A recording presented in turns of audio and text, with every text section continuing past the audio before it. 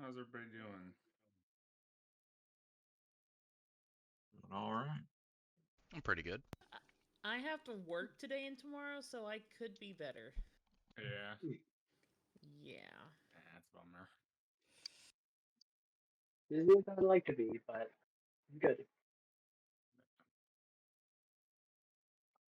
Let's see.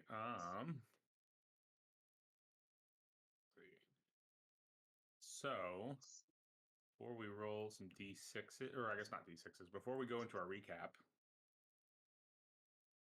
that'll give me a chance to think about who. I don't know. I don't know who will need luck. Anybody will need luck. I think this session, but I also asked about what we think of our anniversary as. What do we think of our anniversary as, guys? It's so sweet. Because we are flying headfirst towards the culmination of this campaign, and I think that depending on if it's like session 0, session 1, that's including today, 6 or 7 sessions to end like 4 days after the like the anniversary of like our what would be the 2 years of playing Traveler. Um, and I fully recognize that pacing is entirely the responsibility of the referee in Traveler parlance, and pacing is like one of my worst skills. But I think that 6 or 7 sessions is like absolutely doable. I also think that it's possible that it happens, like that we get there quicker. We'll see how today goes. Like, yeah, we'll see what happens. But in that to that end, I know we talked about like I really want to run some like Call of Cthulhu next, but I also want to give you guys a little bit of choice. I just like I don't know. I don't really have like a D&D kind of campaign in me at the moment, and I know everyone else is kind of like in a secondary D&D game, so I don't feel like I'm like depriving you guys of anything by not necessarily running D&D next. But I wanted to give you guys a little bit of option and just talk about that really quickly so that I can start reading through books and kind of getting a head start on planning. So I will leave this. We've got some options. Show you some books. Got some options. Got some Delta Green and some Call of Cthulhu. Masks of Nyarlathotep is widely considered like the greatest tabletop role playing game campaign ever written. If you go on like dungeon mastering Reddit forums, things like that, and talk about like what are like the best campaigns ever written, Mask of Nyarlathotep is constantly referenced. It is also a meat grinder. Like it's like famed as being a meat grinder. The most recent edition of it, that I think came out in like 2017, they changed a lot of things to make that better. It's still Call of Cthulhu. There's still plenty of chances for player death, and characters going insane. Not player death, character death. None of you are going to die or go insane. You say that now. Hopefully, yeah. I mean, well, we're all going to die. We're going to die at some point, but none of you are going to die from the game. But we also have the option to use like the Pulp Cthulhu rules. Pulp Cthulhu does things like increase your hit points, give you a more intricate and in-depth luck mechanic than Traveler does. Lets you use it like it's more of a you have a pool of luck points that's a lot bigger. You roll a d100 and you get those like that many luck points, and you can spend those on your rolls to like spend down to make your roll successful. It just allows you to like succeed at rolls that you would have otherwise failed, keep your character from dying, do more damage. It makes Call of Cthulhu way more survivable. Pulp Cthulhu in general is like the if you think about basic Call of Cthulhu as like an H.P. Lovecraft story, Pulp Cthulhu is the Brendan Fraser mummies and Indiana Jones. That's sort of Pulp Cthulhu. So we wouldn't play full Pulp Cthulhu, but we would bring in like even in the Pulp Cthulhu book they have like the pulp scale. Like your orange juice, we would do like light or medium pulp. So there would be Still there's still likely is going to be some people are going to there's still likelihood that characters are going to die or go insane, but it's going to be fewer and farther between at bigger climactic moments, sort of more meaningful. It's not just like you're running into a bunch of cultists and you get stabbed and you die. Like those sorts of things. That's much more action packed, and those moments are more like you guys kind of come out on top. That's sort of what the idea of using those pulp rules are for. Comparing the two, Masks is a way more globetrotting, action packed campaign. It's also the longer of the two by a little bit. There are plenty of options for sidetrack scenarios, which also kind of break up the tone. You kind of don't have that constant like eldritch horror vibe. There's opportunities to kind of like go off, do other things. And then once you get past the first part of the campaign and you guys figure out what's going on, what your goals are, there's more opportunity for things to be like, okay, well, we're going to go here or we're going to go there. You'll have more options to kind of for it to become a little more player driven.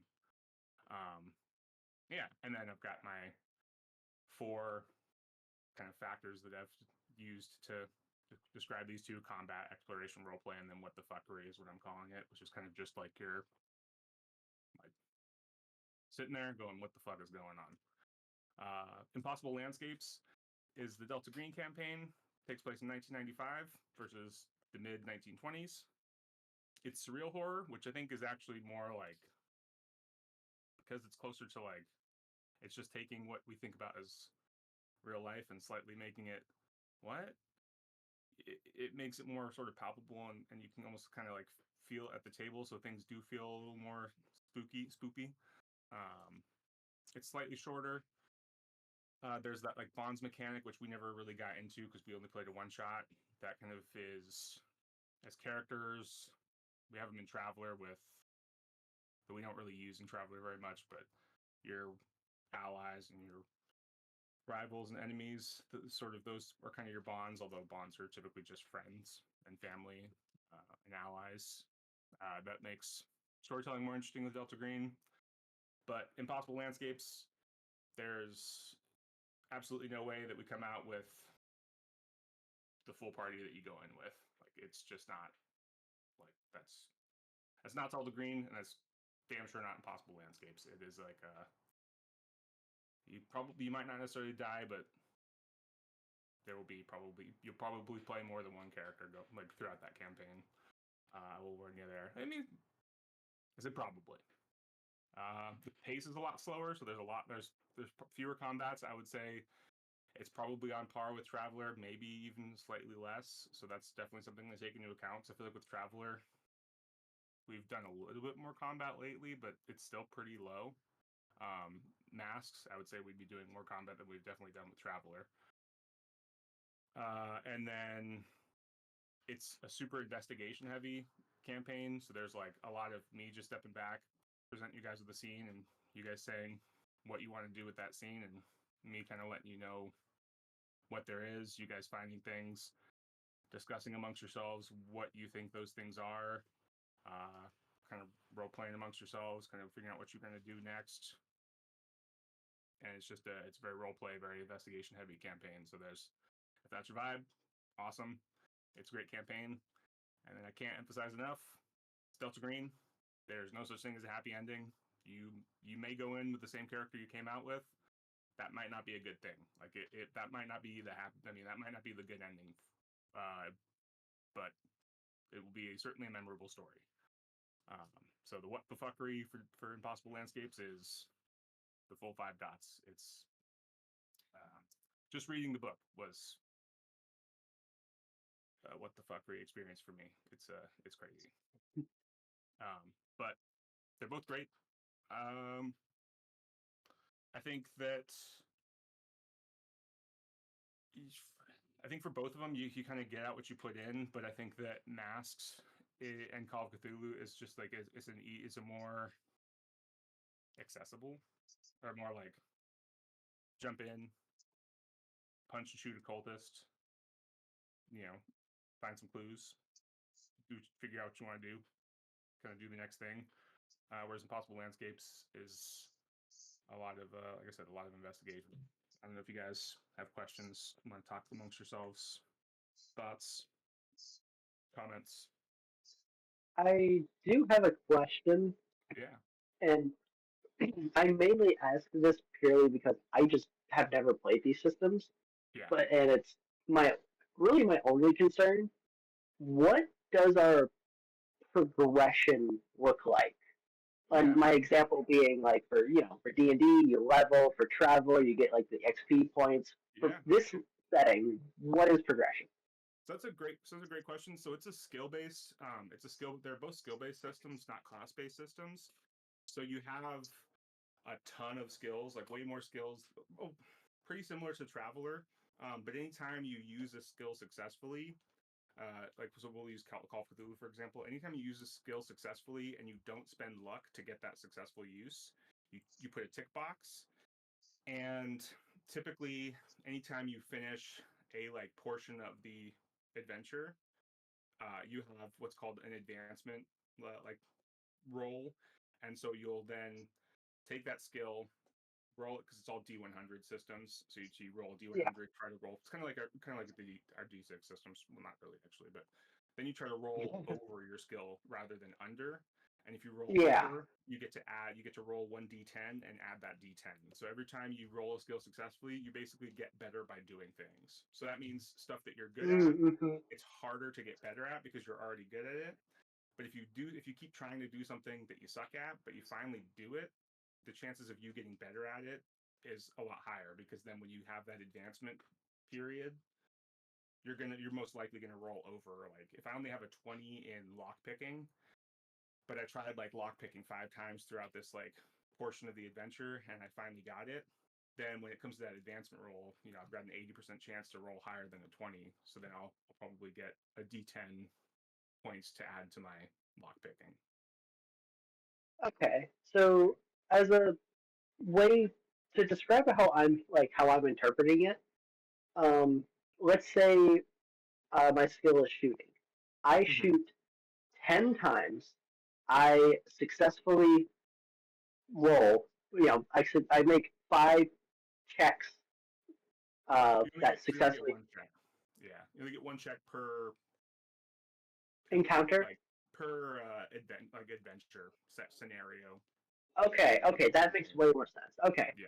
so it's more of we go to investigate, okay, I'll ask this. We go to investigate a building.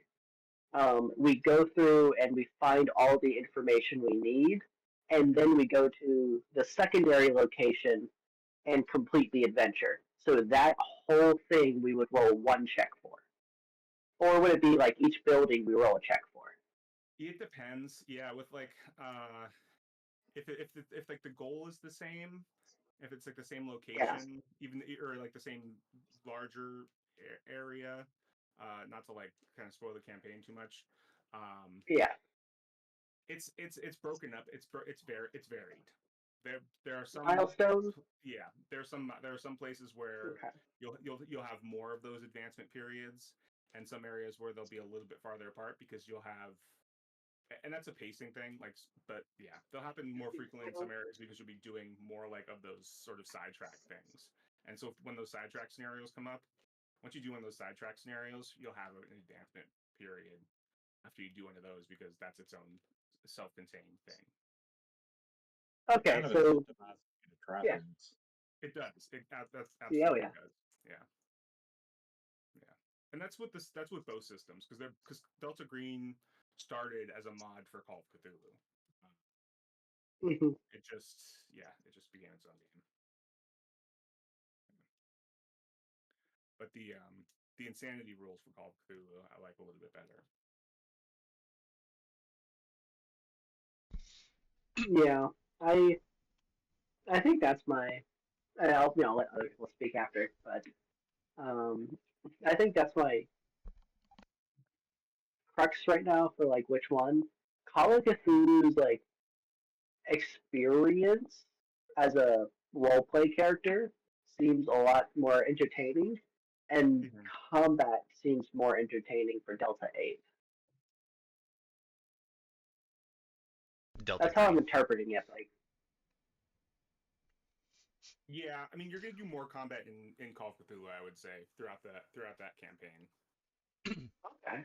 We did a one shot for Delta Green. Yeah. And I think we did a one shot for Call of Cthulhu too. We did. Yeah, we did. Yeah. That's for both of them. We didn't use any pulp for that one shot for Call of Cthulhu, though. You guys were pure squishy Call of Cthulhu characters. Because Call of Cthulhu, if you're gonna do a one shot, you gotta do just classic and just be squishy. Okay. But if you're doing like a depends on the campaign, but if you're doing like a longer campaign, and we can if we decide to go Call of Cthulhu, we can talk about that more. But I think that if you guys want to, just go in like hard mode, classic Call of Cthulhu. Like I'm game, and that's fun. But but just be prepared to roll up a new character at some point. But or just be more cautious, be extra cautious. I mean, be cautious either way. But I think using pulp light pulp, feeling a little of the squigglies in your mouth when you're drinking the OJ is a good idea for the extra health, and a few extra, like, they're called pulp talents. Your character is particularly good at something. Yeah. This Ascension system sounds like a game that I've played before. It was around King Arthur, and like you were a knight of the round. Yes. Yeah, Pendragon's written by Chaos, same developer, Chaosium. Yeah, because well, the in-game group that my husband just went to go play with, they love Pendragon. Like they've played it 3 or 4 different times. Is it cool? It's great if you love King Arthur, but because I would like miss every other session. If you miss sessions, you are fucked. Because I completely lost the plot of the entire thread, and then you're behind on leveling too. Gotcha. Because it's all you have to be there to do all the tasks to get the points to level. Yeah, it's good. Yeah. It's great, but you need to consistently be there, or you will like lag pretty far behind.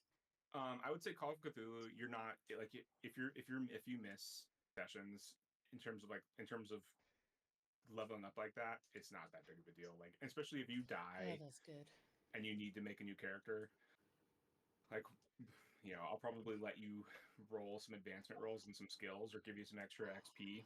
Oh well, that's nice. Points, but even if I didn't, it wouldn't be that big of a deal. It's just not like better characteristics and better skills doesn't make for a better Call of Cthulhu experience in my Since we can all go crazy anyway. Yeah, and it's like either one of them. It's about the journey, but the luck mechanic too. Like, and luck's replenishable in a rolling way. So you'll spend luck, you'll get more luck back. It doesn't reset to a certain level like it does in Traveler. Like, there's a chance that you won't get luck back a certain session, or you will get more luck back the next session. It's sort of like a give and take resource, but yeah, I mean, it's if we go either way, you'll see how the character leveling works, and you'll have things you're good at, and those will be things you can do, and things you're not good at, you'll probably still end up, just because the way the dice work, you'll probably still end up making those rolls for whatever reason. I mean, dice are unfair. I would be down for either. Yeah. And I would be down for Pendragon if you ever want to run that, since I wouldn't miss as many sessions. I like a one-shot Pendragon. Oh, maybe. Yeah, I feel like at least I gotta read the books for Pendragon at some point. Yeah, but no, like you literally, you like get inducted, and there's like a whole ceremony that happens with a huge oath you take, and I don't know if you could one-shot a Pendragon. Well, you might be able to one-shot a Pendragon. Yeah. But I mean, it's fun. Like the last time I played, my best skill was Joust, which I loved that. That's cool. I like that.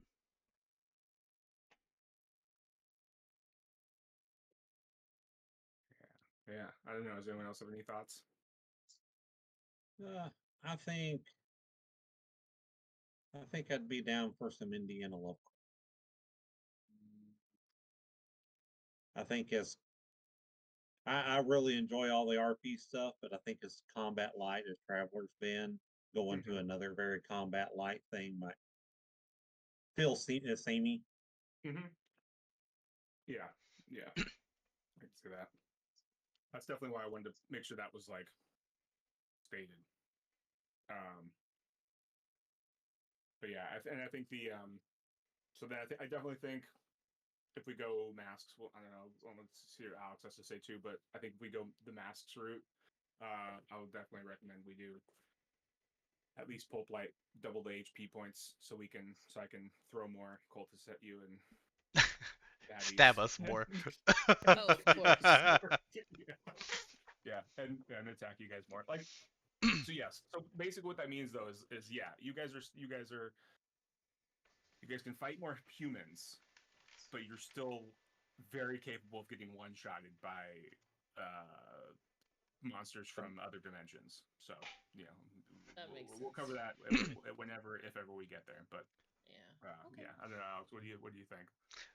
So I'm also leaning masks, Mm-hmm. but I want to throw out the idea of we play masks and then possibly we play landscapes.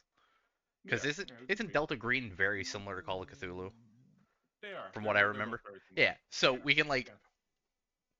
get used to the system of Call of Cthulhu and then immediately switch into landscapes, which is just slightly Impossible different, landscapes. but yeah. See Yeah. if we Yeah. want to We'll do see. that at some point. Definitely. Yeah. What's about how long are these campaigns? It can vary. Like, it depends on like masks. Some people have played it through, and I'm trying to see how many sessions have we done for. Well, Traveler's been like 41 is 30. today. Yeah. Oh, Today's our 40. 41st. So some people have played through masks in like 30-ish sessions, Okay. and other people have taken them like 2 years. And I Wow. think it's with Pulp. I think you guys will run through it more quickly, Huh. just because. Also with Pulp, there's less of a there's yeah. You think you guys would run through it more quickly for Pulp reasons. Versus Delta Green or Possible Landscapes is. I don't know if I've actually seen like a session count for that, and that's always like hard to. People talk about like how long their sessions are, but everyone's sessions are different. Well, and with it being so investigation heavy and slower pace, I feel like Yeah. there's probably more variance there. There is, yeah. It's a smaller book. It's like, but yeah. But I could see it being, yeah, 20 maybe 20-ish. Well, masks has my vote so far. Yeah, 4 and 4, 8, Yeah. 4 times 4 plus probably.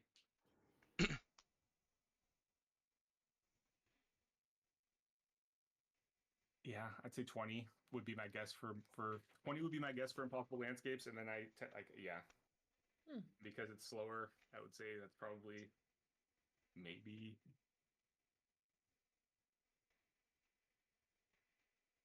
Yeah. I mean, if we're hitting closer to the 30 on masks than it with the pulp rules, then it's not going to be a huge difference between either one. Yeah, yeah.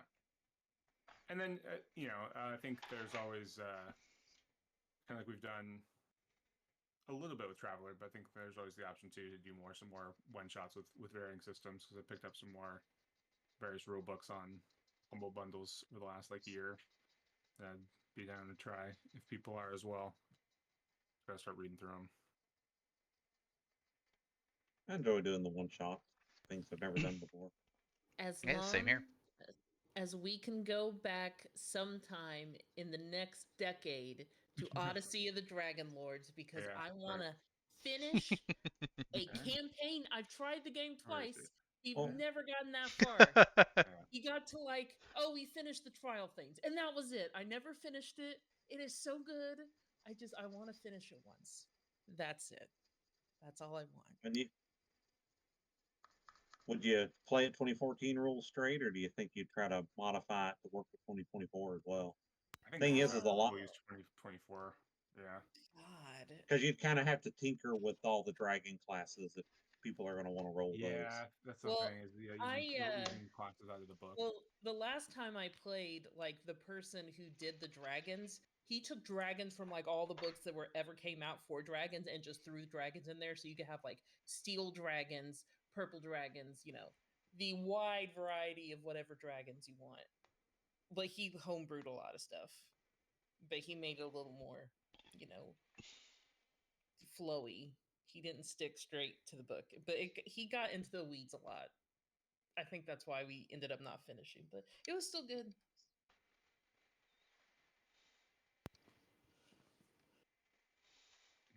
Some sounds like masks is the But yes, direction. let's do it. Yep, masks. Yes. Alrighty. Okay. Well then, why don't we do a little some recapping?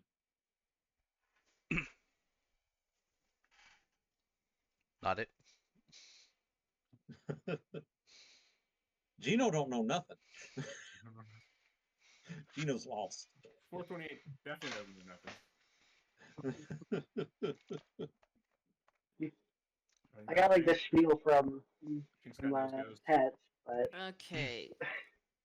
Thankfully, I write notes because I didn't Which even also, date this yeah, I will say, correctly. since you all do take, all of you, pretty much take notes, set you up pretty well for Call of Cthulhu. Oh, thank God. Okay, that's good. All right, Yeah, I'm very gonna. happy. Hopefully, I got these notes right while I was furiously typing while we were doing stuff last time. So we passed out, and then you retconned. We see a huge narwhal-like ship destroying a boundary to get into a pocket dimension when we eventually come to. We're in beds with the memories of these people in our minds that was 310 years ago. We are not our 3,000. characters. Thank you. 3,000 years ago. I heard 310 for some reason. 3,000 years ago. We are different people now, which was crazy to think about. But we are. So the droni. I spelled it 5 different ways. Drawing. Droin. Okay, thank you. Yeah, It turns out 310,000 years ago, you guys were 310. Some of you were drawing, some I of you missed the were thousand human, part. some of you were. Okay. Let me. One human, one Vargar, one droid, and we didn't have the other one. Yeah. But yeah, so we're in Droin society. I'm one of the original Vargars. We have a human, and then we have a Droin with us. But we don't know when we wake up if the memories are actually real or if they're just, fake memories. We do know we're on our own ship, armed with fusion weapons and disintegrators. There's a self-aware AI with us on this ship.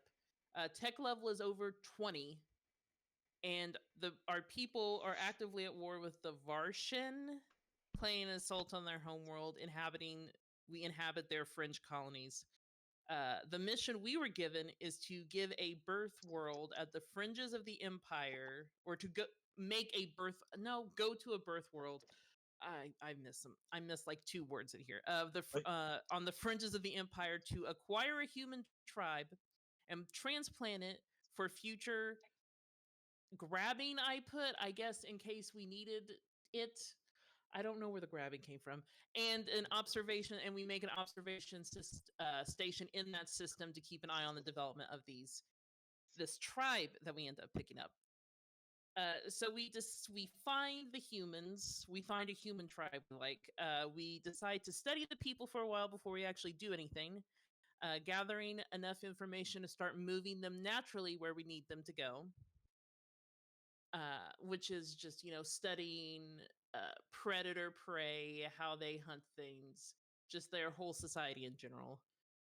Where was I? We then discuss what to do for the year-long trek that it's going to take to get them transplanted, which is just getting them accustomed to slowly acclimating them to where they're going to be at. What was it? The big huge elephant like things that they hunt, we've made them stupider, so it's easier for them to get to. Just pretty much making it easy for these people. After the year, we get a ping about an invitation to go visit the actual world. We get in a pod, go down to meet Story. I'm pretty sure I didn't spell her name right. Who asks us why we're even there, and then we tell her that we are there on a mission to transplant this human tribe and monitor their development. Then we're asked if we like working for Ascadre. Pretty sure I said that right-ish. The and Story, who we're talking to, they don't like what's going on with uplifting races like the Varker and the humans. So they like drone eye supremacy, I guess. So we are able to talk to them. They give us this area. We make it if I remember correctly, we make it an island in the middle of this like huge ocean to like slowly. It was a lot of climate changey things to make them thrive in this specific area that I don't remember all the like super minute details. But once we get, the population like on the planet, good to go, 5,000 years pass. And during that 5,000 years, there are advancements. The Varsheen get eliminated in the war, and our little human tribe are now at the medieval stage of development. We're then tasked to give them a renaissance, as it were. Have art, music. I think it was mostly art, though. Get the juices flowing. So we make transmitters, and we start to send the psionic inclined people pictures, so they kind of get the hint to start drawing. And in about 5 years, we start to see the influence of these psionic induced dreams, pretty much.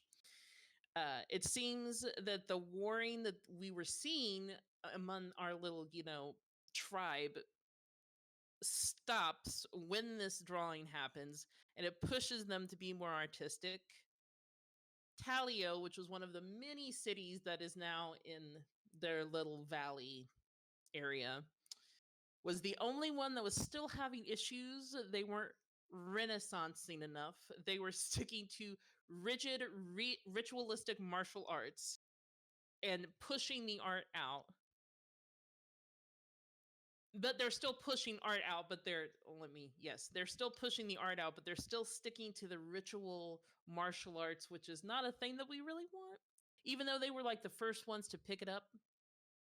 So Lexian gets sent down, since he is the human, to be an envoy to talk to them.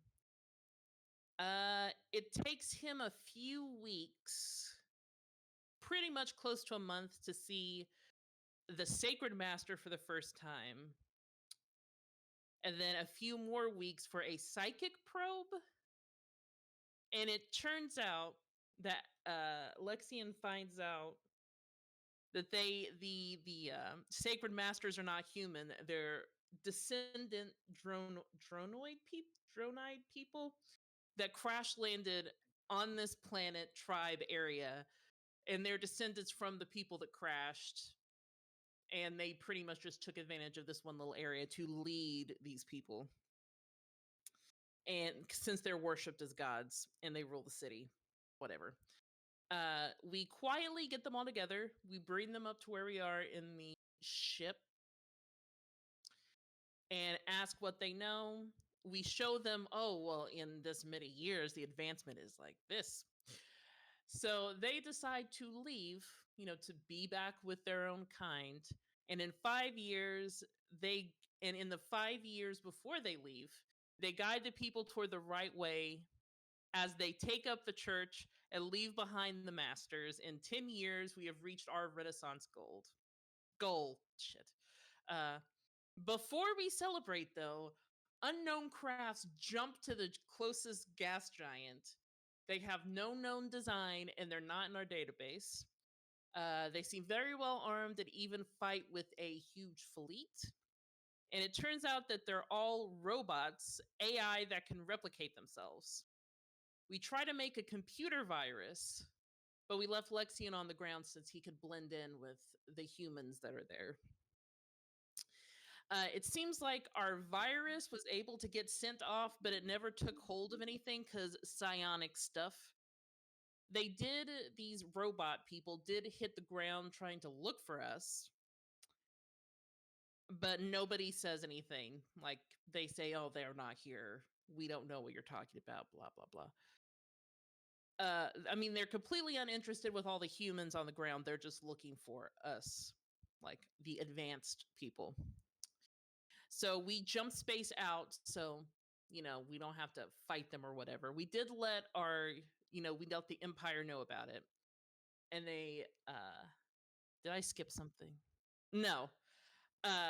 We let them know, hey, this is happening, and then they let us know we have people coming. So we jump out, and when we leave jump space, there is a fleet of dronoid ships waiting for us.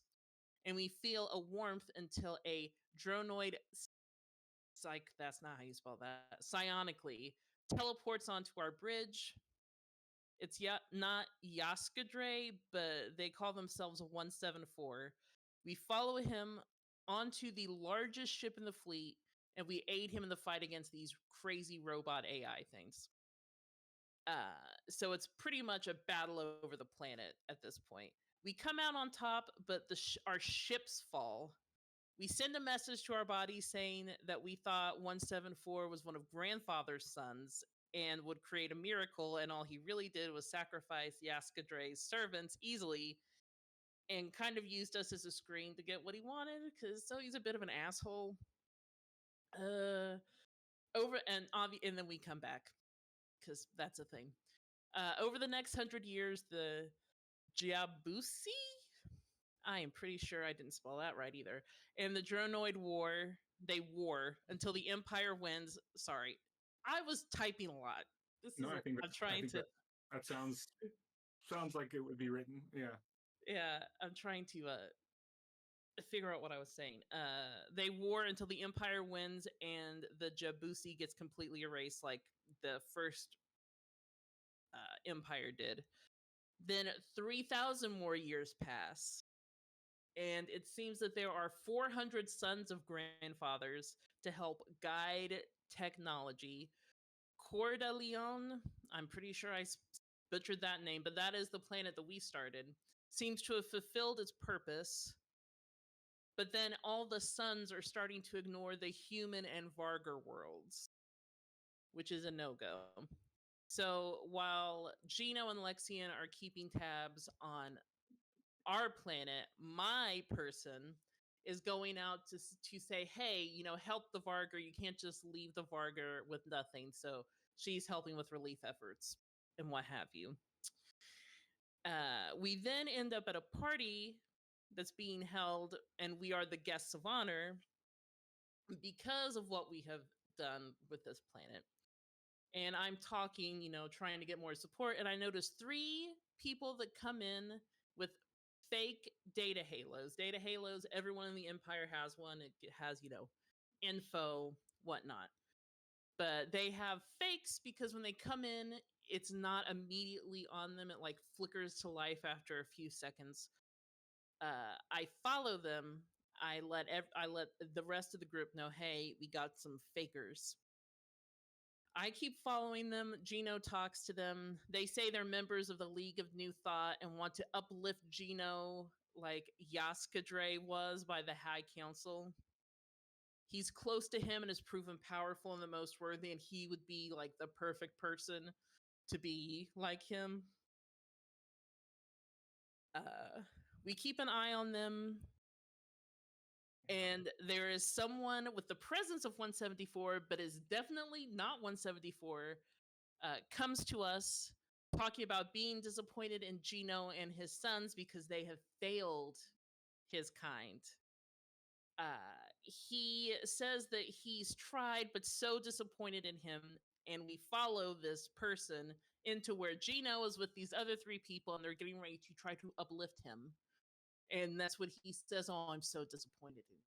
which I assume at this probably grandfather saying, I have done all this and I am so disappointed. I expected better, whatever.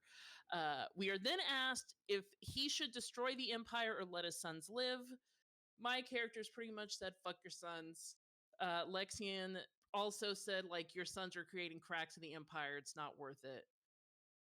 And then when we say this, like, grandfather gets super upset and we feel like this energy, and then we wake back up as our characters and see a green beam of energy hitting the planet, assuming it's from this station. Why is it hitting the planet? Nobody knows. We're then told where our ship is and that we need to get the F off the station, so we run off that way. When we leave, we are, on the ship leaving. We and then we see that Seven is unaffected. Who is Seven? Anyway, we Seven's the see big narwhal horn. Oh, the Yeah. narwhal thing. Okay, yes. And then the narwhal, this is where the narwhal thing comes in. It's unaffected by pretty much anything they're shooting at it, and it shoots two shots. One blows up the space station, and the other one hits the back of our ship while we're jumping. We pass out as the ship goes haywire and the session ends. It was a crazy session, but it was great, and I think I hit most of the general stuff. But it was a lot. It was Yeah, a as you lot. guys were spinning, you were falling through that portal that was above. There was another one of those big portals, also outside that secondary planet. So there was another of those huge ship-sized portals that you could go through. And you guys were I spinning, got spiraling it. through that as you guys were Okay. as you guys were losing consciousness. I But yeah, will I yeah. will I will add that in. Yeah. Anybody else have anything to add? Through a port. I think that's Go pretty. turkey. Yeah, I wanted to Also, make sure I try to hit most of it. I'm still naked. Yeah, you are still naked. Yeah, and I think Doom. I'm sorry, but I think we figured out that your weapons and your shield were vaporized along with Gino's weapons and stuff when he was vaporized. I lost everything. Yeah, or I guess When not he vaporized when he was melted. digested. Ugh, Yes, yeah, melted. digested. Plant digested when he fell into the pitcher plant. Well, that's I mean, it makes sense to me. Yeah, it's okay. It's all going to be okay. That's the name of the game for the last 4 sessions. It's all going to be okay. I promise. I don't promise. I promise nothing. And you're also naked, but I don't know if that Yeah. matters as much for 428. Nah. Got it. No, it's like the yeah. Okay. Jinx, why don't you take a D4 of extra luck today? Woo! Could be useful. I will roll a. Oh, actually, I can just do it in the game because I only have these. I will roll D4 I've only got 3 D6s. real quick. And then we will start off with Lexian, currently having probably the worst nightmare you've ever had. God, I'm Because- crashing the ship again, and it's not my fault this time. God. Yeah. But you're currently unconscious, right? You all lost consciousness, and you don't really remember that because you're stuck in this dream state, this nightmare state. And yeah, this is of all, it's that dream state. You don't know you're dreaming, but you know this is nightmare, but you somehow know it's the worst nightmare you've ever had.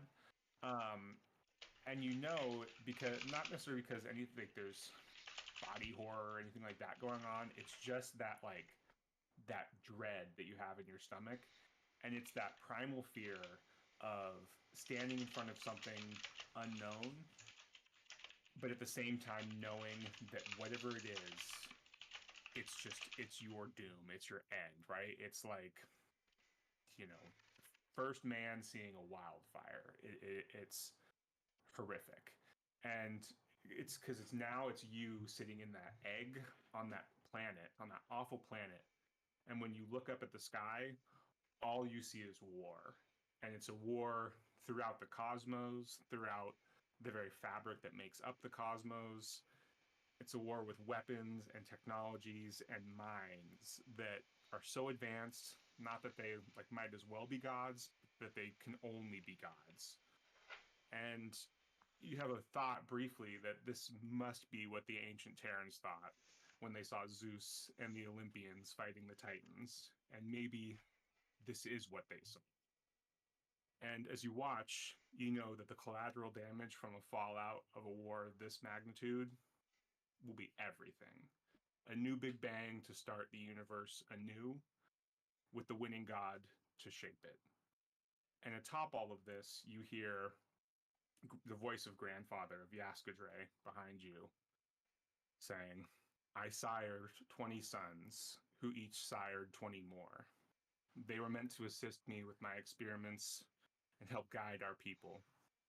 But 401 gods cannot exist. This was my folly. The few that survived this war fled to the far corners of the universe, busying themselves with their own experiments. But now Seven has returned, and he will reignite the embers of this war. And then, for all of you, you're still alive. And it kind of comes as a shock. The last thing you really remember with any clarity is spiraling out of control, falling through that second portal above Grandfather's station. And after that, there's this confusing, blurred set of memories. Marines in battle dress, an oxygen mask being pressed to your face or somewhere on your gel. The smell of antiseptic, muffled voices. And then over and over and over again, the sickening lurch of jump and jump and jump. And you come back to full consciousness on board a cramped shuttle, your legs and arms manacled to the chair you sit in. And there's an external viewport through which you can see a huge gas giant just turning slowly beneath you. Armed guards walk up and down the narrow aisle, checking on each of you. And the shuttle approaches a battered, broken ship that must be a wreck or a prison or some sort of prison hulk. As the shuttle maneuvers to line itself up with an aft docking port, you catch a glimpse of the Imperial sunburst emblazoned on the ship's hull. The shuttle docks, and an airlock hisses open.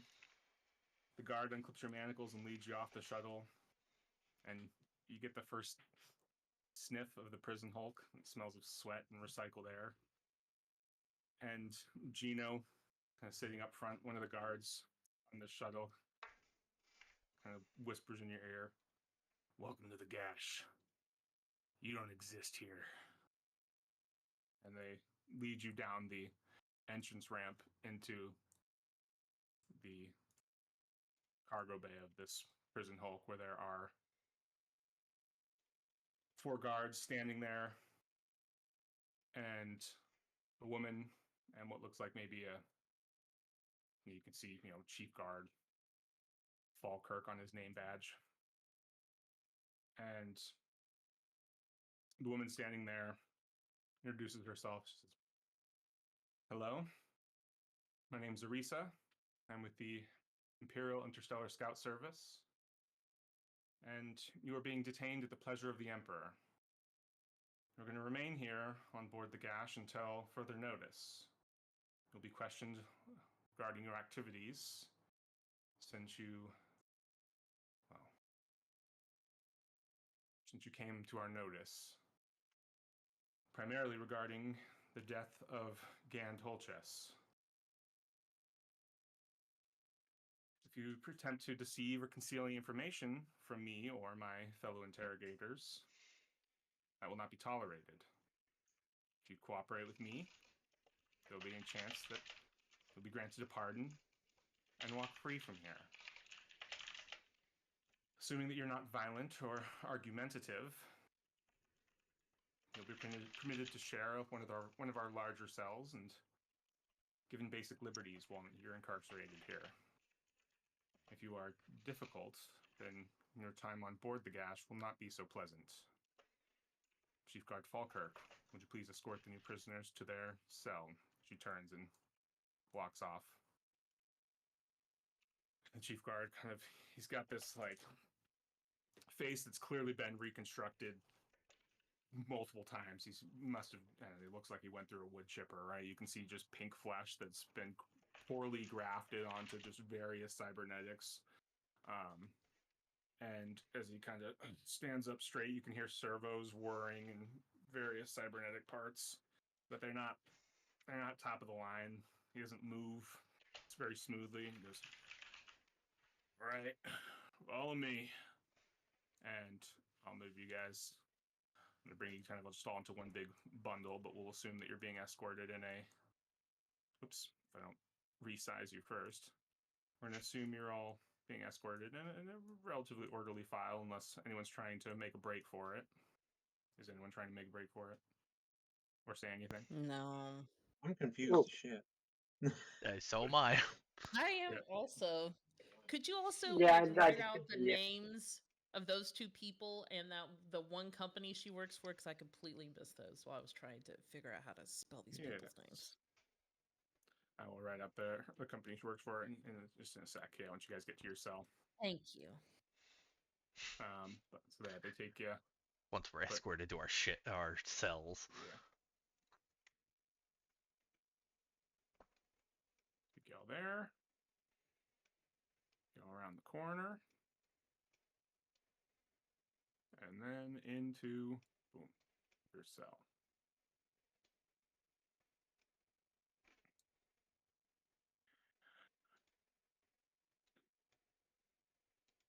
All right.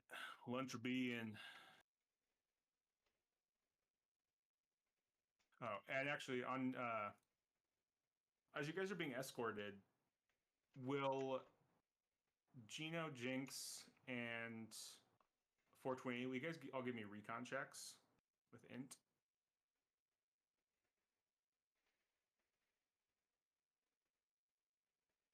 Oh wow, that's actually a fairly good roll.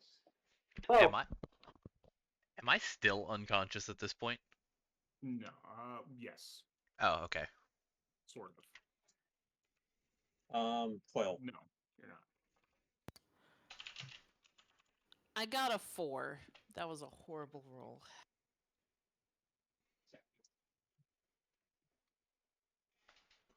All right. So sorry, what was 428's roll? 12. 12. Okay.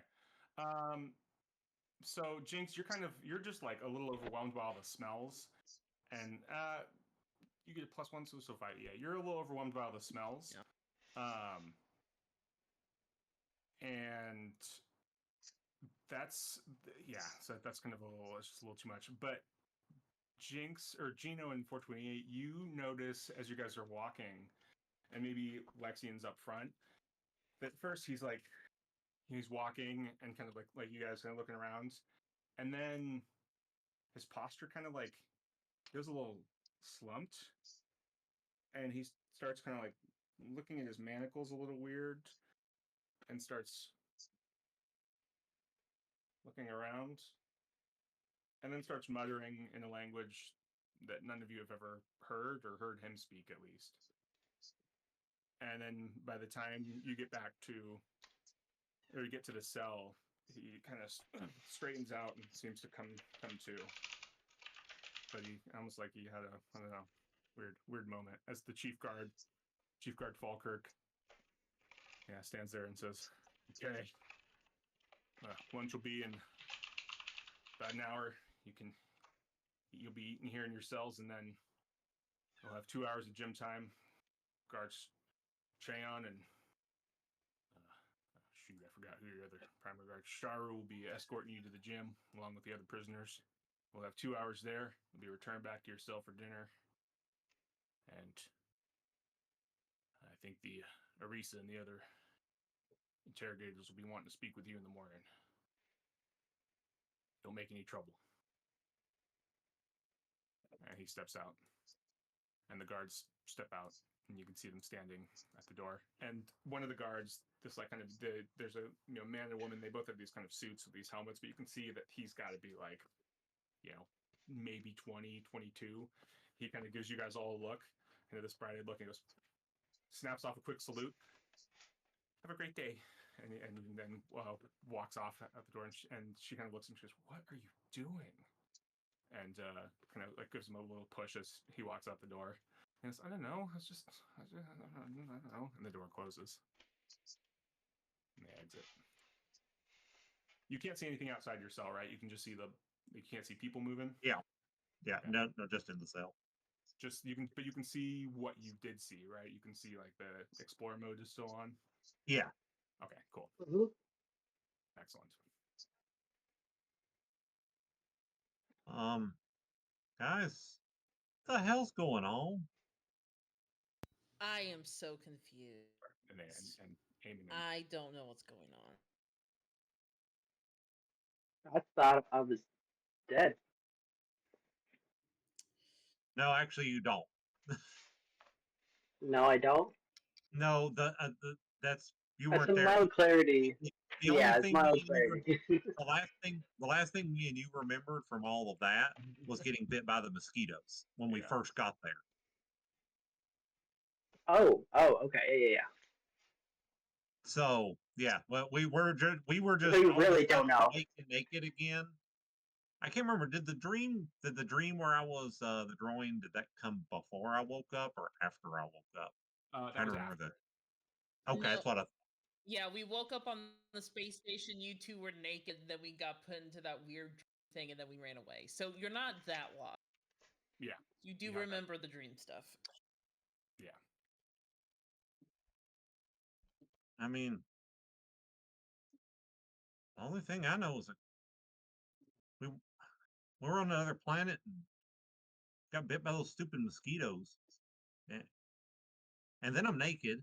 And we're somewhere else, and then I have this crazy fucking dream, and then somebody's rushing me onto a ship, and I'm still fucking naked,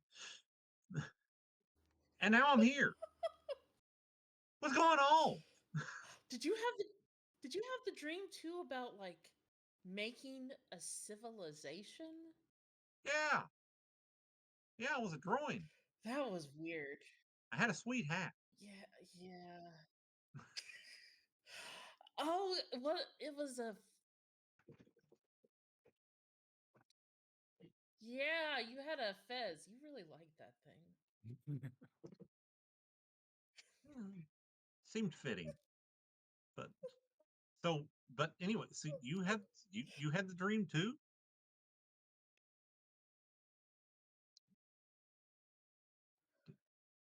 Yeah, I mean, I was still a Varger, but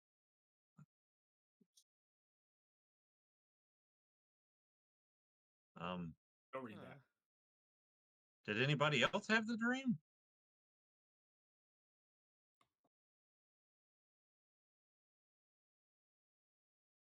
Canonically speaking, did I have the dream? I don't think so. Okay. No, I don't know what y'all are talking about. Okay, weirder all the time. Lexian, If anything popped up on your screen, don't read it. nothing popped. Okay, cool. Good. Okay, I'll unplug my monitor. No, yeah. Won't read anything. No, you're good. Lexian, what about you? Lexian. You're conscious. He's conscious again. You're conscious. Sorry, Lexine.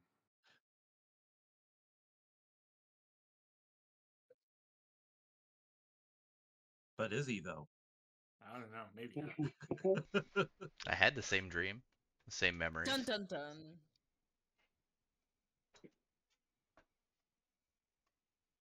So you're all in the same boat as me. Some mosquitoes bit us, and then we were there. I don't know why you guys had clothes and I didn't know. Yes.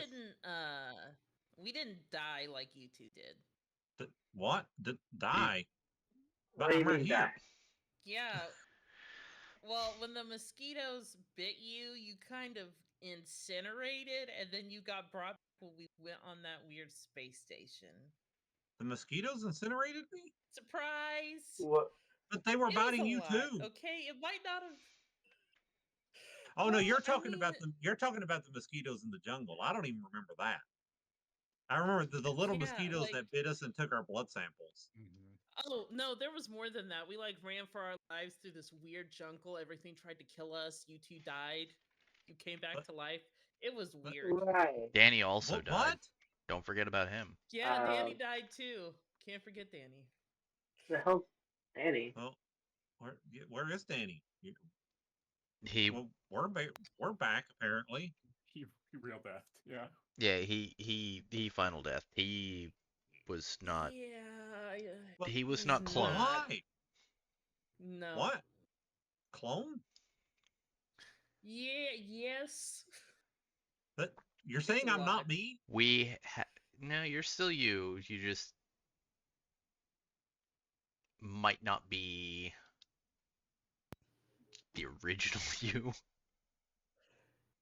I mean, this is all talking about some weird ethics that I cannot speak of because I'm not that Gino at smart. this point has just got both hands and like wrenching his hair, going, "What the hell's going? What are you talking about, clone? What do you?" What, and he starts moving his hands. He's like, "Where's my arthritis? Why don't my knuckles hurt? That's a side I've had effect. awful arthritis. Years of surgery. What? But I really am a clone, aren't I?" Listen, after those mosquitoes bit us, you remember we were looking at the bunker doors? Yeah. We went inside, and Okay. inside we found a bunch of vats for cloning. And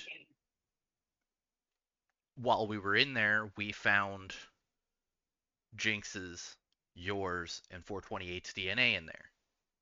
Because you three got bit by the mosquitoes outside. We had a whole little fun excursion after that, where unfortunately you, Danny, and 428 all died. But it looks like the automated system immediately cloned you and brought you here, or brought you to the space station, where we met back up. And unfortunately, it doesn't have the memories that you have of that time, and we unfortunately weren't able to grab all your stuff because, well, it all got kind of melted. So, like, it, yeah, you're a clone, but it doesn't seem to have any, other than losing your memory, it doesn't really have to seem many negative side effects there. I mean, arthritis is gone, but he just kind of walks over and sits down in the chair. And it's like, but this is messed up, man. So you guys are also all wearing orange jumpsuits currently, and you've been given little bags that have a few toiletries and a towel in them.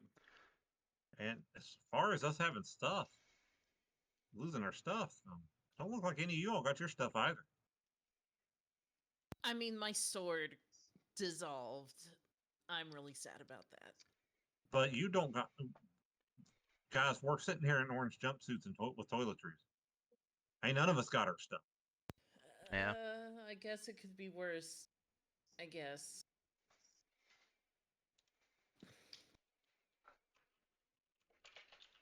So nobody knows why we're here, though.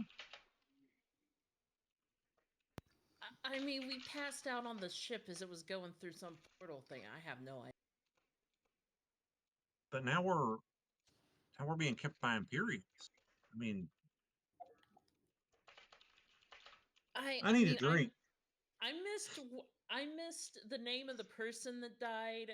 I missed her name. I missed where she works for. I missed a lot of things. She was just throwing all this information at me. I kind of zoned out a little bit. I say in character I was listening, but I just couldn't type fast enough for all the words. Oh, with what? Sorry, what was that? Her name, her company. I heard Emperor, and then the person that died was Grand somebody. So I missed half of the names. I'll give you that. So yeah, Yes. so one thing, Gino, as a former upstanding member of the Servant of the Imperium, would know is she referenced that you are all being held at the what's the actual phrase she used, at the Emperor's pleasure, which is basically detained to the pleasure of the Emperor, is sort of a phrase that means you guys are being held without charge, without trial, and indefinitely until they decide otherwise. You're functionally, it's like yeah, you guys are in space Guantanamo right now. Like you guys are just you guys have been imprisoned as long as the government wants you to be imprisoned. For whatever reason, they've decided, and they don't have to. There's not going to be a trial. Like they just have you in prison. She said her name was Arisa. She works for the Imperial Interstellar Scout Service, which, if you remember, we have somebody from the Scout Service, don't we? indeed. Yeah, Scout Sour. Mm-hmm.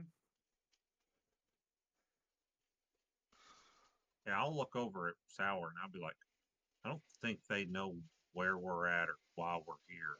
I mean, I don't know why we're here, but I know why we're here. If you catch my drift.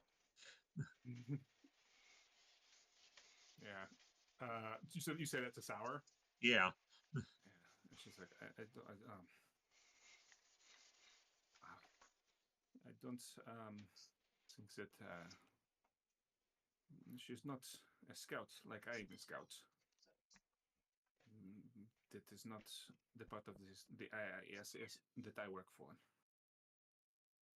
She's Imperial Intelligence. Yeah, which means clearly by her speech, they plan on milking us for intelligence, and I don't know what intelligence they're wanting. Oh, and I then the know name we, she said, yeah. Sorry, go ahead. and I mean, I know we were on that ship, but I don't know how we ended up in their hands. Like, I got no good information. I've never felt this lost in my life. Indeed, it's possible. She's like, you can see her mind is kind of like she's like working at like a mile a minute trying to like put things together, but it's like um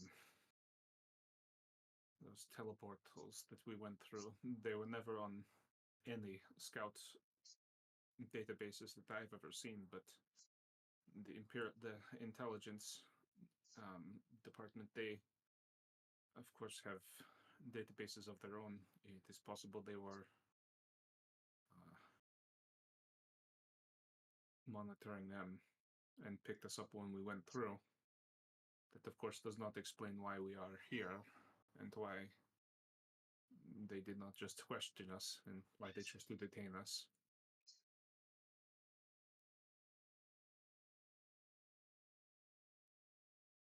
But they, of course, and she, or actually, I think it's probably Eamon who's like, but of course they are probably also.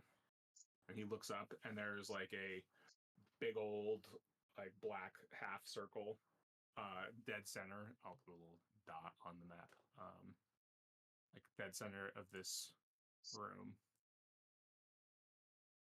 That's clearly like a little camera, just watching. Right there. They're clearly watching and listening to us. I mean, can't imagine they wouldn't. No, this And I'm not trying to hide anything. They want information. I'll give them all the information I've got. I just, if that gets us out of here, but I just don't. Eamon gives you he gives you a very serious look. I'll wink at him, just subtly. Yeah. Yes, all the information we've got. But Yes, indeed. just hope that's enough.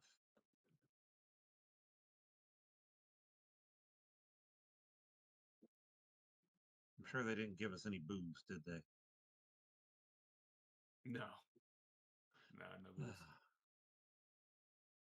And with that, there's the door opens, and one of the guards brings in a tray, and the other guard comes in, puts down they put down trays of food on the table, and that young kid sets down the trays. Your meals. Enjoy. I'll salute back at him. Be like, thanks. You're welcome. You're welcome. And You can see that the other guy, she just looks at you and she's like, ugh. Turns and walks out. I'm kind of, oh my god, I can't believe you. He's like, what? And, yeah, you guys have dinner there. It's, reheated, freeze dry, rehydrated, freeze dried, rehydrated food. I just look at it and go, really? Really, first meal of my life, and this is what I get.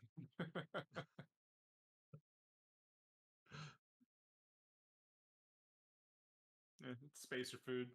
Probably meals you've eaten before, as yeah, but yeah, basically, not the meals you've become accustomed to on your various ships, but meals you've eaten in the past, certainly.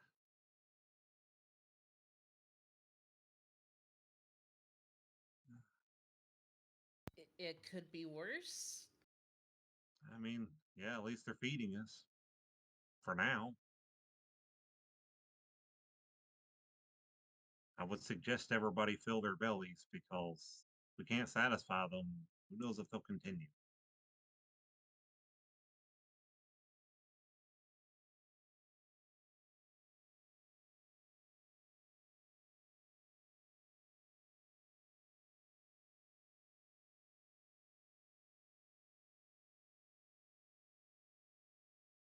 Slab and sit back down.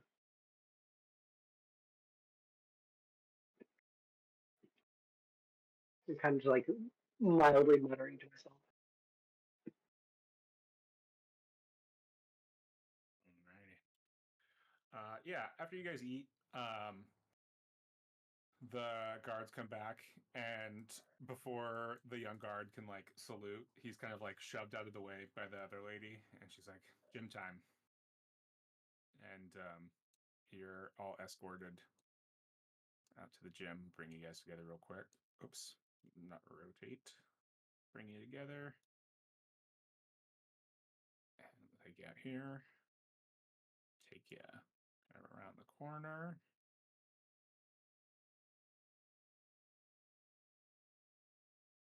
Boom, boom, boom, boom, boom, boom. And you're brought into the gym, and there are what, 3, 6, 8 other prisoners there. Oops, I got them mixed up. You see 3 dudes on the bench press. There's 1 dude riding a bike, and there's 1 lady working out with some dumbbells. And there's 2 kind of middle-aged older gentlemen, like working with some like fencing stuff. So they have like a fencing piece, like the little like what, not court, but I guess it's called a piece, the little area that you fence on. There's 2 guys there. They're fencing. They're working on some fencing. And yeah, the guards are like 2 hours.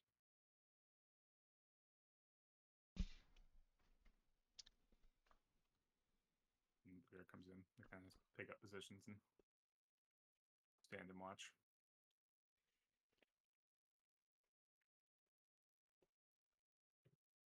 I'll walk over to the table and be like, okay, new body, what you got? And I'll pick up like a 25-pound dumbbell and just struggle to lift it. Really? They couldn't have put me in better shape at least?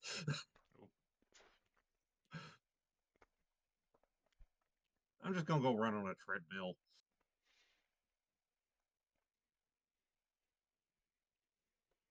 Lexian's gonna go watch the fencing for a little bit, and then I guess take the next spot that's open. All right. Yeah, for fencing. Mm-hmm. Cool. Yeah. Yeah, we'll say.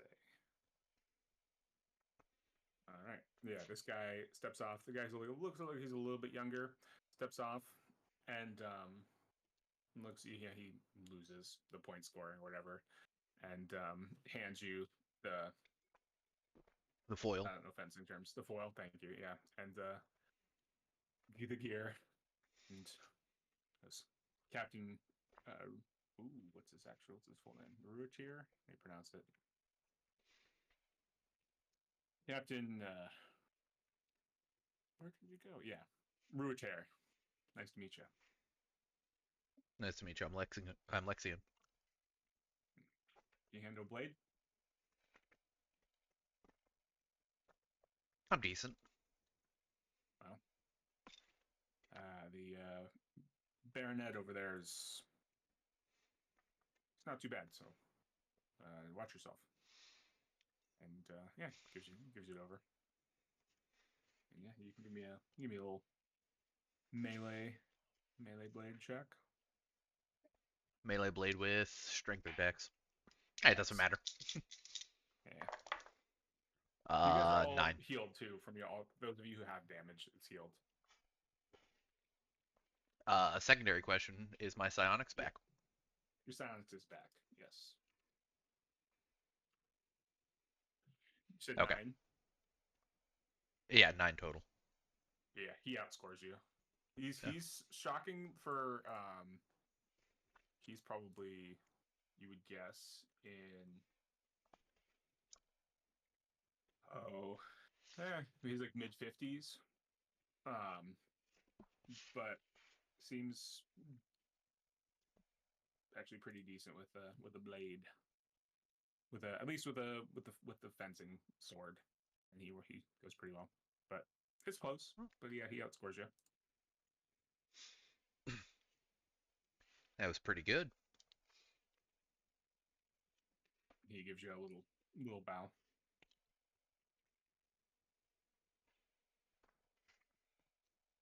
Hey, what was your name?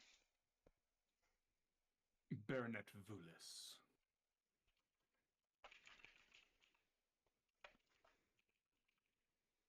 Huh. Hey, I'm Lexian. If you ever want to fence again, just let me know. Yes, I shall think about it.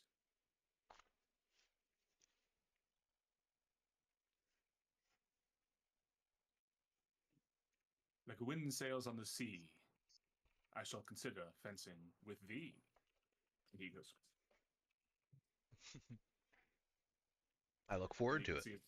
You can see the captain next to you kind of roll his eyes a little bit.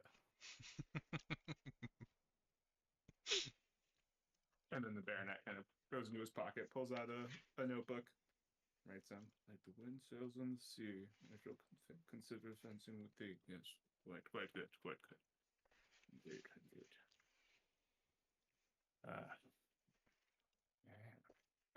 Will Jinx, will you give me a recon check? Of course. Can I use my little sniffer? No, it's sight. Okay. Oh, that was actually good. Is this with int or Yeah. Okay. 10. And okay, no. Yeah. Just Great. Just a gym. Just a gym. What are you in 428 doing? I'm assuming there's like a sandbag somewhere that I could punch. There is. I actually don't think there is. I think the only physical thing is just the only combat thing is just the fencing piece. You could always come fence me. Mm. Or the baronet. Because I just wanted to punch things. I'll probably do the fencing then, since that's the only combat-y thing. Mm-hmm. Okay. Yeah. Were we given notebooks? A book? No.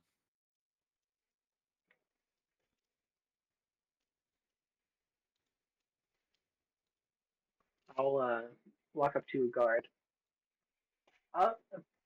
Pardon me, sir. Do you perhaps hand out like notebooks and pens so I could write something?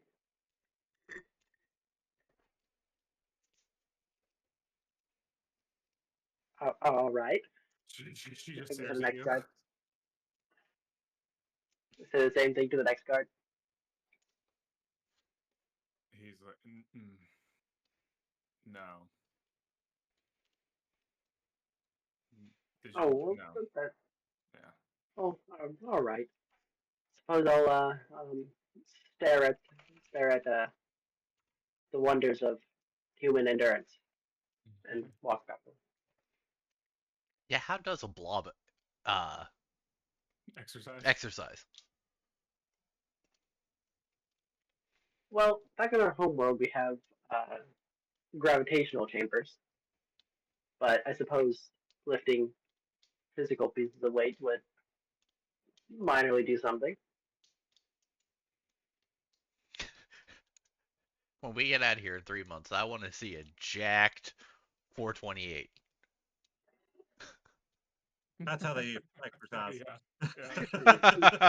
The little platform you stand on that shakes. Yeah. Yep. Yeah. Jinx, do you want to give me a melee blade check with Dex? Another 10. And nice. Yeah, you outscored the Baronet, and he is like, oh. Well, he gives you like a kind of a serious look, and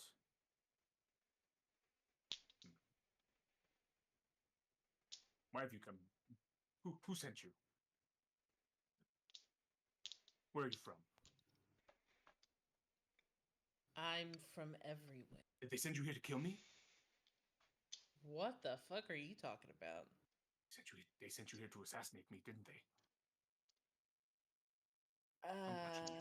I'm watching you. And he puts his stuff down and walks over to the other side of the gym. No. She won't get rid. No. Mm-mm. I guess I'll pick up his foiling gear and don it What? and go and fence again.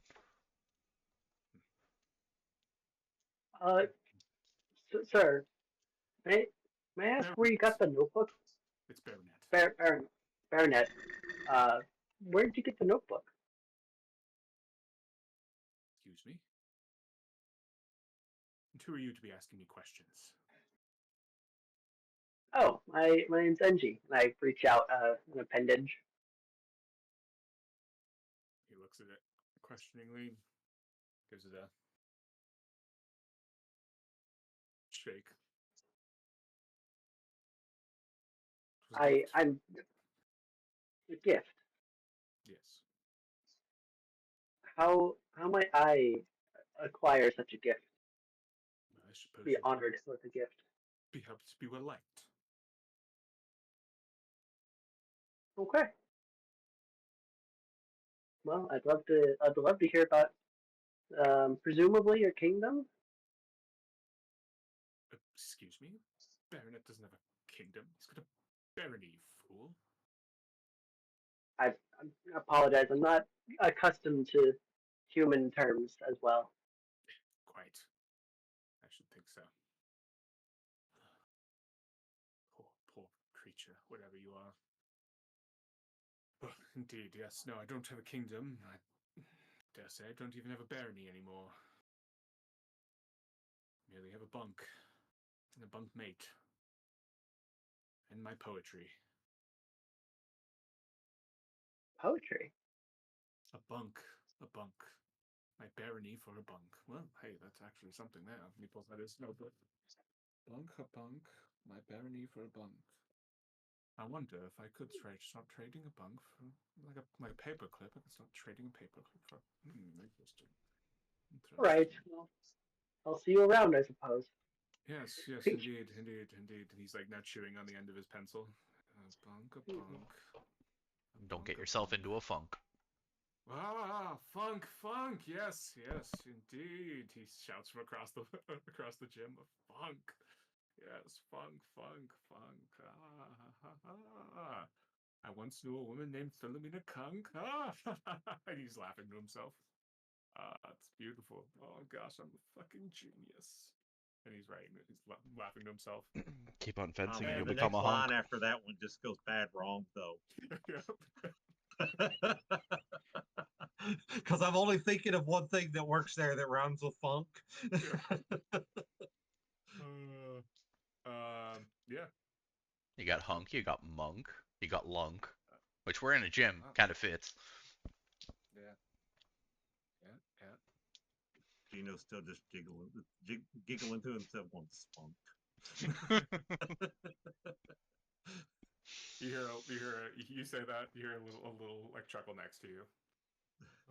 As the woman kind of jogging on the treadmill, chuckles a little bit.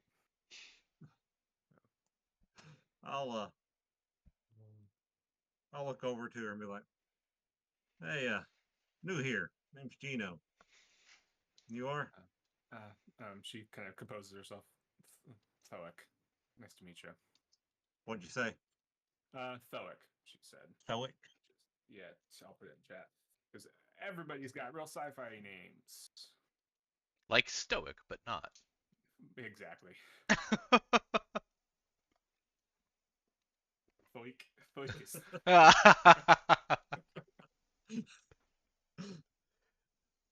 That's good to meet you, Thoic. So I still trying to figure out why I'm even here in the first place. But how long you been here?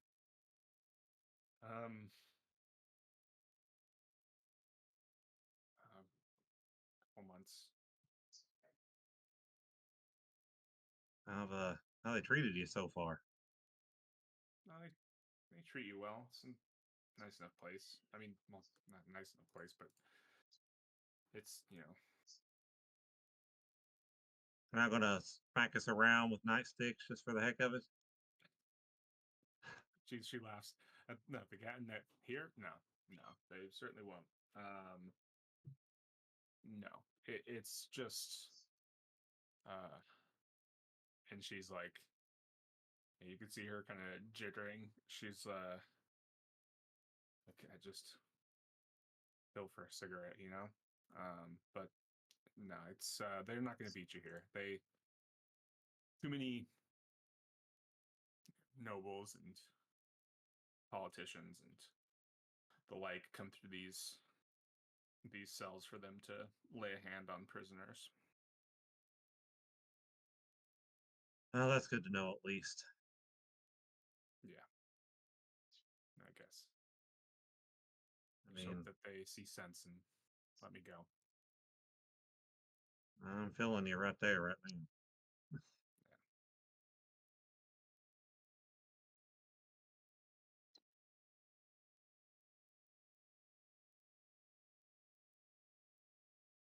What she's kind of like looking at you. Why are you here? That's the problem. I honestly don't know. And she slows her treadmill down like to a really slow walk and like turns and starts kind of like turns her whole upper body and just starts like staring at you. What? Well, me and my friends, we've been travelers for a while now. We kind of got roped up in some crazy adventure, but like we all fell unconscious, and next thing I know, we're literally coming to on the shuttle heading down to this place. So I literally don't know when they grabbed me or why they grabbed me. I don't know how long I was even out. Do you know what day it is? Yeah, she gives you a date and you realize it's 8 months since you were on that colony ship and went into the I, portal into that place. my That my eyes are just as big as saucers if you're saying that. But that that's been 8 months. Yeah. Oh, So oh. I said, yeah, straight days there. So it would be what? Um, trying to think if I think the space. I think they give you. I think the year is also in the space date. So you find. Well, yeah. I think it would have come up. It's been like so. It's been almost. It's been like over a year at this point since you were in like the Trojan Reach. It's been over a year since you were on Drinax. Yeah, but it was 8 months that you were in that pocket universe. You realize, give plus or minus however many weeks you were being jumped here. okay, so if I wanted to say it correctly, it'd be like 32 weeks. Something like that, yeah. Yeah. So yeah, I just that was 32 weeks ago. The, holy crap.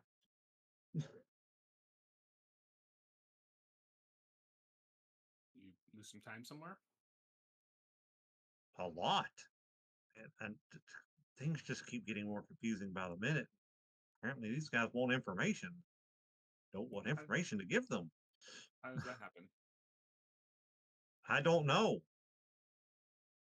Really? And she's like now stepped off of her treadmill and is like leaning up against one of the arms and just kind of staring at you. She kind of got her arms crossed. Were you like in a low berth or something? Maybe.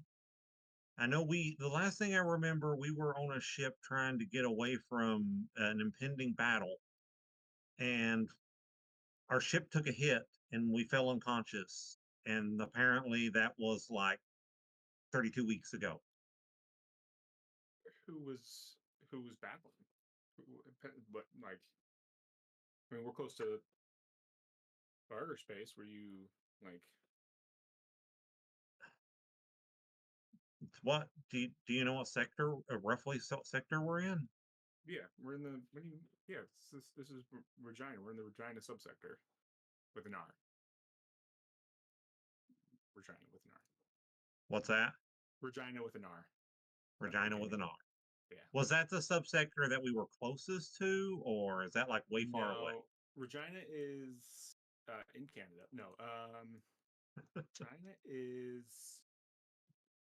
It's actually worked well. It is. It's pretty far away. It's pretty far away. Yeah, we're in the Spinward Marches, which is the other side of the Imperium, basically. Well, that's a whole. That's actually the Imperium's huge. So, it's not the other side of the Imperium, but it's the other side of this section of the Imperium. So it's like you went from in galactic terminal, like in taking the U.S. to the galactic stellar sides. You went from Texas to Montana. So you went south to north rather than east to west. But you covered a lot of space. And what you will remember though is that when you were on that, or you would remember, even if you don't necessarily right now, is Regina would remember, is when you were on that colony ship and you were in that map room. There were those three you were like looking at those three hexes. And those three hexes were populated hexes in space that you knew on up-to-date Imperial charts were unpopulated. Those were all in the Regina subsector as well. Okay.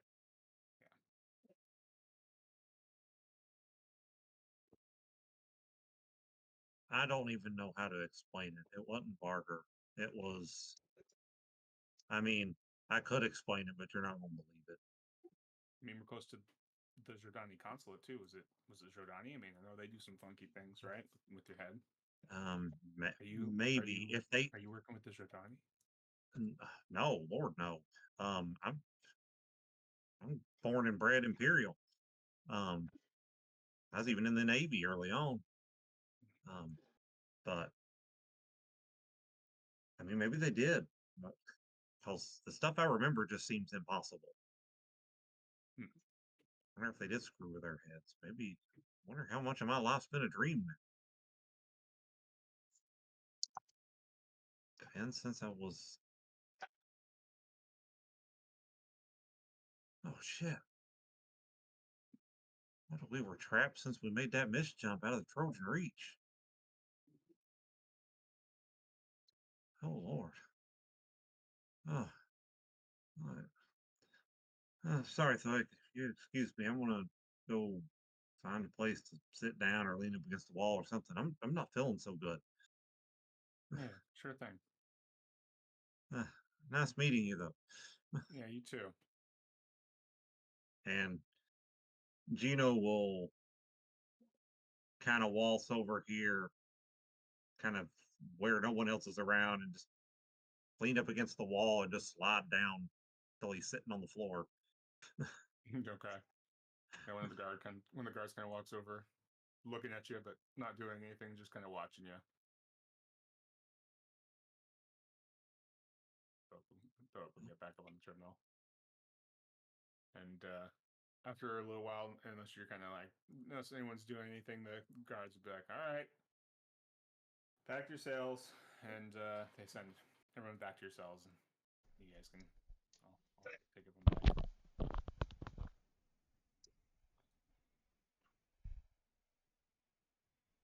Sec here. I'm just gonna drop you in there because you've seen this place before. Drop you there. Quick move you. Oh, I forgot to take Eamon and Sarah with you, but that's okay. Alrighty. When I get back, I'm going to look at everybody and be like, guys, do you know what the date is? Today.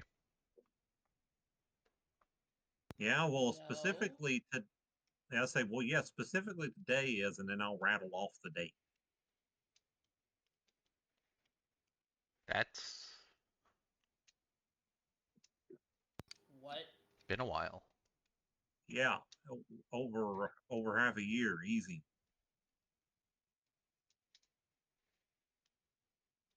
Well, where did we go? What the hell happened? Pocket dimensions must have wonky times.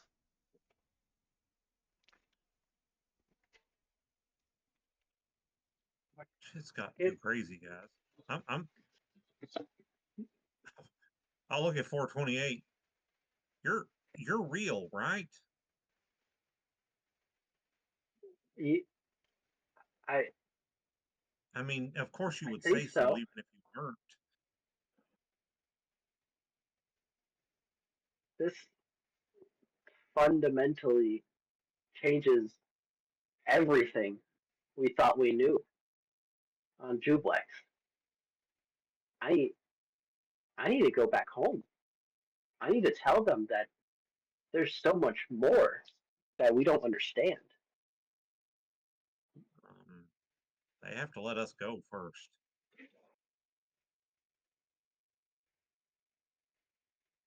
Yeah, I do.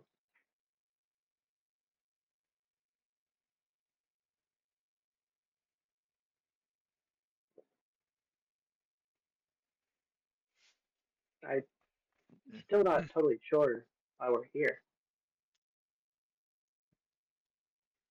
I don't. Why they I'm not charged sure. the death? I'm not sure of anything at this point. I'm not sure if I'm alive. And Gino just kind of walks over and like lays down in the bed. Yeah, you lay down. Eventually they bring dinner. And you guys can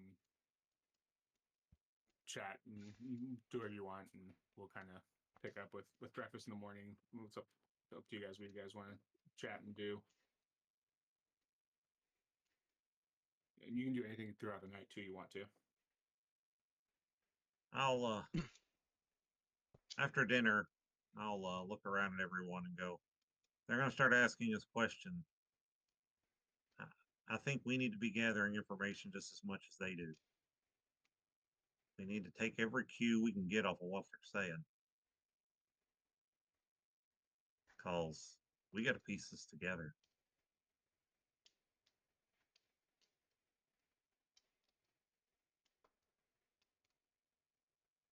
Well, it seems like Lexian and I mean, seems like all of y'all have some weird memories. Really.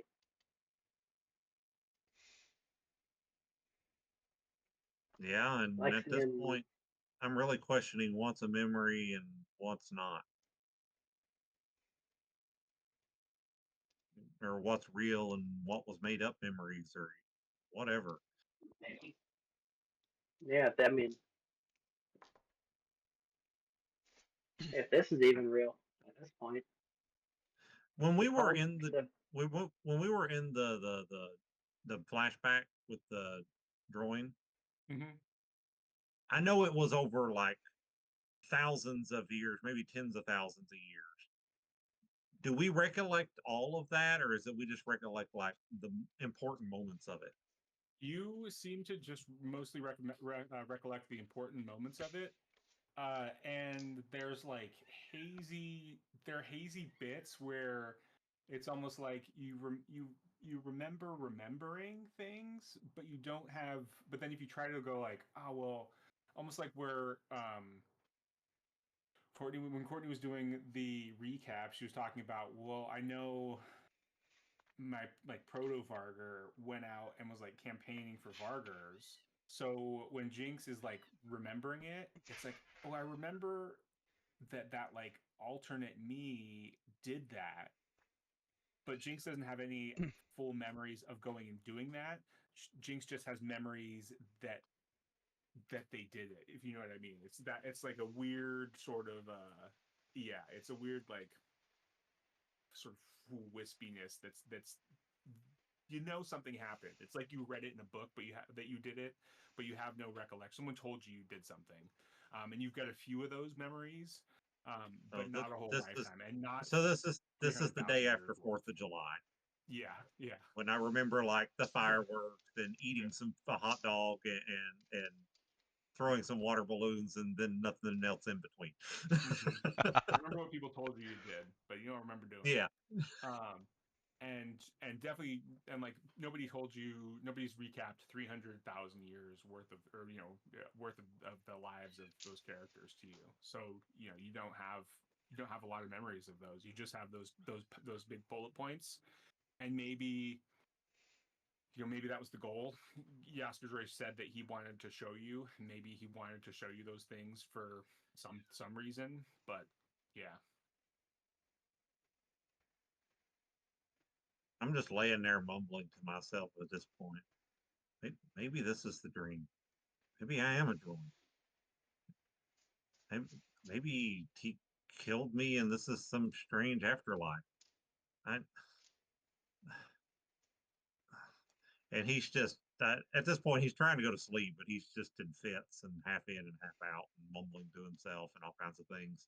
Yeah. This is a whole lot of shock. Okay.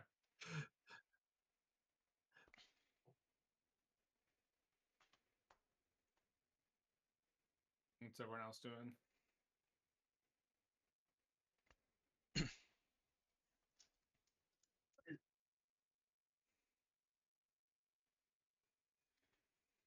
Um, And these are all bunk beds, by the way. So there's 12 beds. We'll say Sour and Eamon can take one.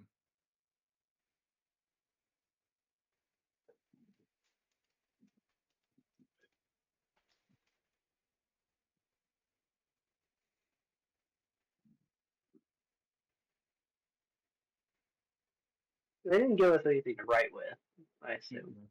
No. No. You have there's like a little like console in your cell. But it's just like a little small one that's like built into the wall. But no, they haven't given you any writing utensils or anything.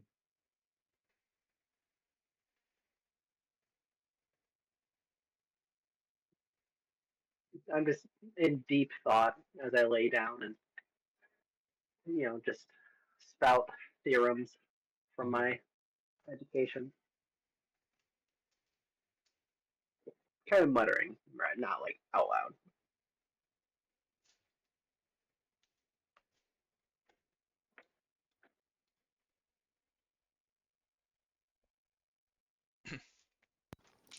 I'm assuming we don't have like a deck of cards or anything that we could use as cards. Not currently. Is there anything that's like the size of a poker chip in No. there? Dang it. Yeah, it's pretty Spartan currently. Because she's now antsy, and like usually what she would do is have like a coin or something because she gambles all the time. But since she doesn't have that, you just see her hands kind of go through the motion of like moving the coin across her knuckles, but there's no coin as she's just pretending. As she's just thinking, randomly thinking.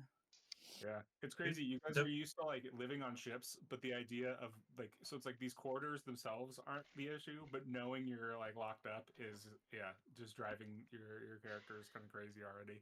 Yeah. So do Varger get destructive when they're bored? Yeah. Oh, no. Hey, You start, I like, am Chewing on the I am chair de- leg. You start eating your pillow. I Yeah. am deterring. Just dissecting it. Oh, that's what my dog does. It's sad. That's awful. All right. So, everyone's having a rough night after dinner. Well, how about Lexian? What's Lexian's what deference or sort of self distraction? He's thinking. Okay. Yeah. And yeah, you guys sleep. It's maybe okay, maybe fitful. Wake up the next morning, have breakfast, and then the chief guard comes in, and he's like, "All right, follow me. We heading down for first round of questioning. We'll take you all together." And he's like, "Nope." Eamon and Sour go to get up. He's like, "Nope, just the four of you first," and just points to you four. And we'll take you out here. And then he takes you to the iris valve over here on the left. So I'm just going to bring you out. Along with, yeah, you guys go through there. But to make this easy, I'm going to drop you in here. Around. And then we'll go right over to here. So, focus ping you all the way over here. So you go down a deck. And Arisa is sitting at a table. There's only one chair in the map, but there are currently 4 chairs set up for each of you. And then Falkirk leaves, and you are all given a chair. And Arisa is sitting there with a guy who is like clearly, well off, right? He's got like gold, like literal gold flecked in his hair, like spun into the actual strands of his hair. He's got, like a cloak over like one shoulder. His suit is like very finely made and tailored. And he's just like sitting there looking over a data pad, just making all sorts of, mouth and breath noises to himself. And Arisa is just like sitting there staring at you guys as you walk in, and the guards and the chief guard kind of gesture for you to sit. And once you sit, she just kind of stares at you, and you look at the table, and there are clearly like dossiers on the 4 of you that they have been looking over. And she kind of looks at them, looks at you, and just says, "Makes for very interesting reading. What brought such disparate individuals as the 4 of you together?"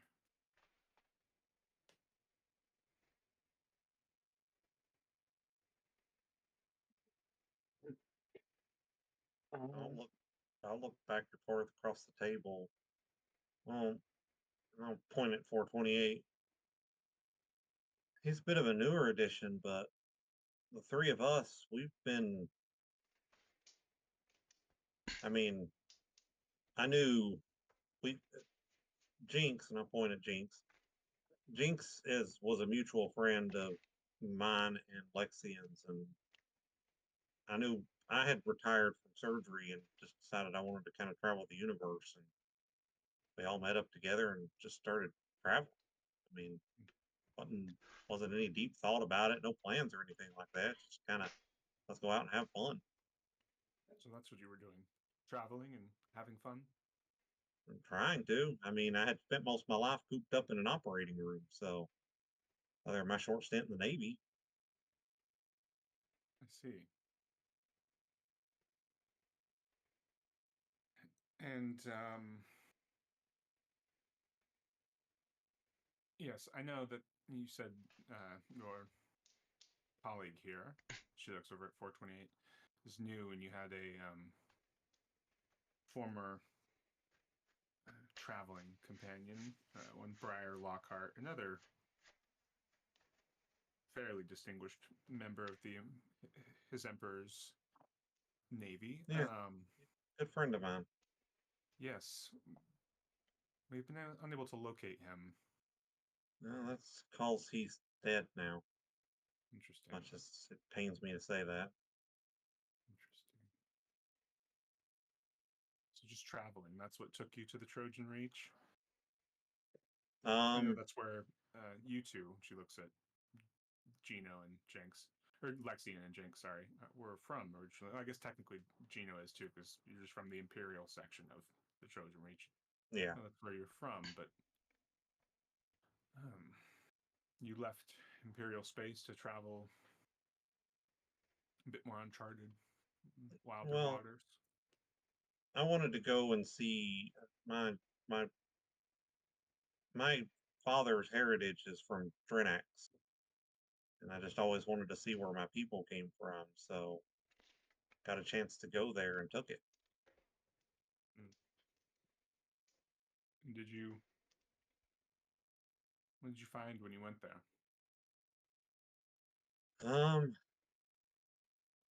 An amazing building with some resilient people living in some not awful but not great circumstances. You hear a scoff from the noble sitting next to her. But she keeps going. She keeps listening. She's listening. She's like nodding, but just like kind of flat. And traveling is it's expensive to run a ship. I'm well aware. When I was working as a scout, this IISS pays for maintenance and fuel and the like. How did you pay your way? Did you pick up any work for your forebears? Those. I mean, once we got to Drinax, we ended up getting offered a job by Drinax. We were kind of envoys. We were going around trying to help them regather some sources and gain some alliances. I mean, again, they didn't have much, and they had one ship capable of jumps, and they hired us to go do just that. So we were running on their ship and on their money. I mean, obviously, we were trying to gain them resources along the way, but what we were doing. Yeah. She, takes one of the dossiers, and it's side by side, all like electronic, and scrolls a few pages to like a picture of the three of you and Briar, walking around a landing pad, and you can see in the background is like this massive ship, which you guys would all recognize as the Imperial treasure ship. And she says, this picture's interesting because the ship actually in the background was carrying, a lot of goods and some pretty important documents. And there were some reports of people that matched pretty similar to your descriptions that were involved in its hijacking. I mean, we weren't involved in the hijacking. I mean, as in we performed the hijacking, but we were there because the ship was downed and needed work, and we were helping with that to make extra money. And then when they took off, they decided to ask us if we would come along. I mean, I was acting as the ship doctor at that point, and they didn't have another one, so we went along. And yeah, there was a hijacking. It was terrifying. There were, I mean, blasted out part of the ship, all kinds of stuff. We did we did what we could to help defend and help keep people safe. Quite a journey. That's just the beginning. Interesting. And then somehow you came across the, pretty quickly after that. Our records have you showing up in the Rift. How did you end up in the Rift from the Trojan Reach? Just more traveling? No, an insane misjump. And I know that sounds absolutely crazy because it is absolutely crazy, but Nigh on unbelievable. we were, yeah, I agree. I really do. And I don't think we're trying to deceive you with this because we're not. It's just nigh on unbelievable because I've been still trying to wrap my head around all this since then. That we had a Bish jump. We went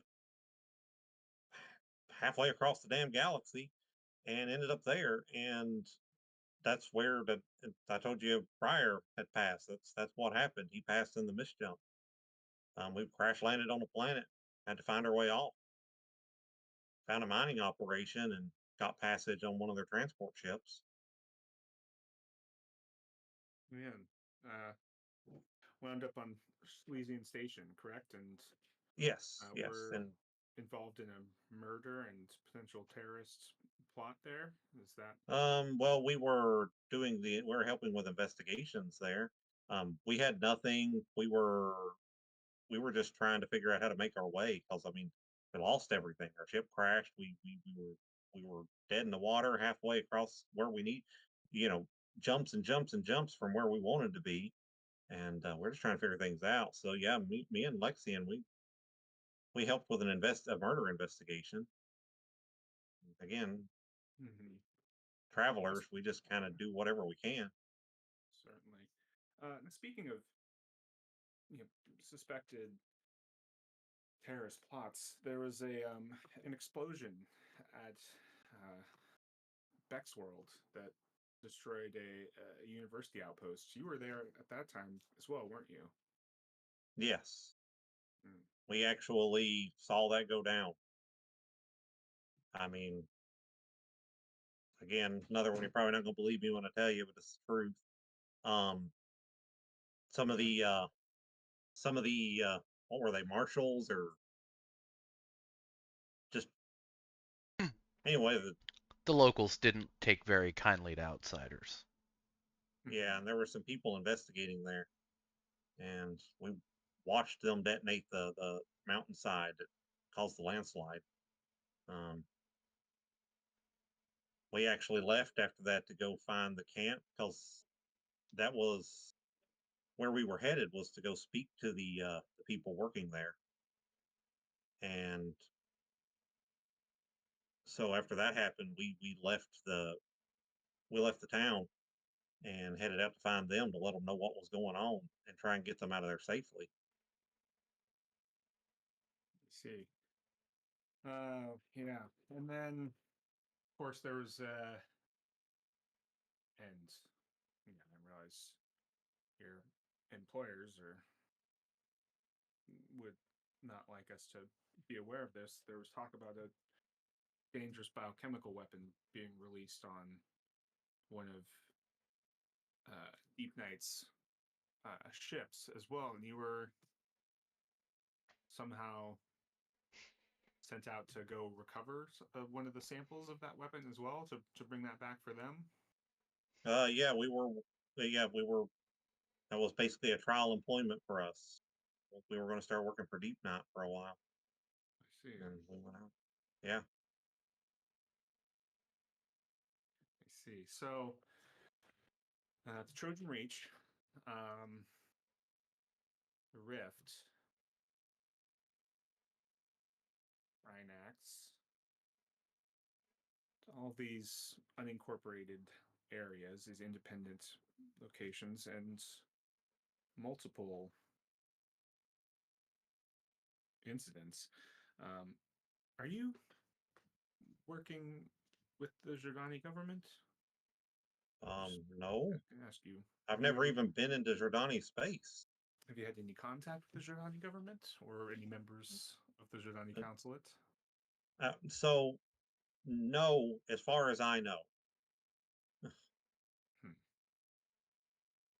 Can I ask you a question? Because I know this is going to sound crazy, but I just remember showing up here. Uh-huh. And I found out when I was in the gym that apparently it's been 8 months since the last time I remember anything. How long have we been in your custody? Just when we recovered you from what was left of your ship after it came through that anomaly. The last time we have any record of you guys, which was getting there, and she swipes to another page, and you see an Imperial Scout like services ship, and it's more of like a military ship that you would recognize as the same sort of structure, make, and model of the ship that was outside the atmosphere of Bojin when you brought the colony ship out that Seven destroyed. So that was my mentor, Gand Holchus. That was his ship. And that was actually the last time we had the lot of you on record was entering that ship, which somehow ended up went from Bojin, and then a week later was here in Regina at another one of those anomalies. Entered through that anomaly, and we were unable to follow you there. 8 months later, 1 parsec over, here you come out in your Deep Night ship, battered and beaten and unconscious. Was it that Gand figured out you were trying to start a war between the Imperium and the was it the Vargr? Is that who you're trying to start a war between, or is it the We weren't trying to start any wars. Are you sure? It certainly seems like and start some sort of conflict with all of these explosions and certainly that was what our uncovering of the plot at Drinax was, and your involvement there. Was to what? Start a war? Certainly seems that way. No, I'm interested in starting a war. We're interested in helping out Drinax. Where did you go for those 8 months? That, again, I don't know. I really don't know. That's why I asked you. I don't know. And it's freaking me out. You were certainly somewhere.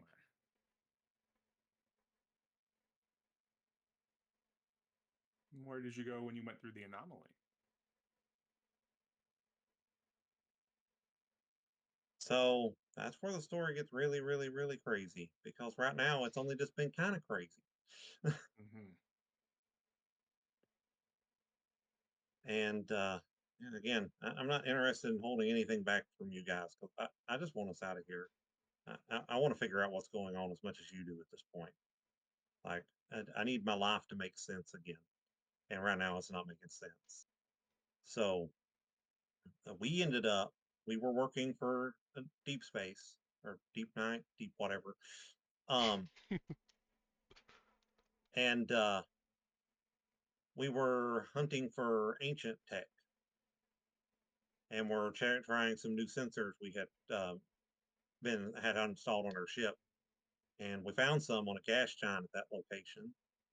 I went down to try and figure out what it was. Got down as deep as, took our ship down too deep and ended up losing control. And somehow we crashed onto a humongous ship that was just hanging out in the gas giant. And it was an ancient ship. And that ancient ship ended up, with us landing there, we inadvertently reactivated it. And it started its whole mission to go back home to the ancient world it was from.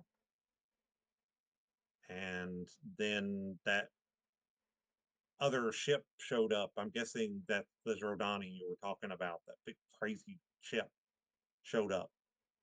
And the ship took evasive maneuvers and then jumped out to head back and that's where we ended up.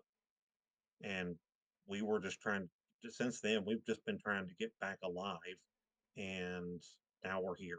And that's literally what I've got for you.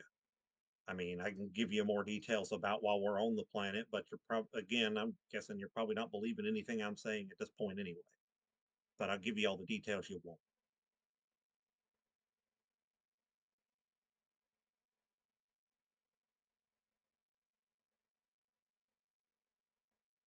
And if you want to believe me, I think some of it's really important.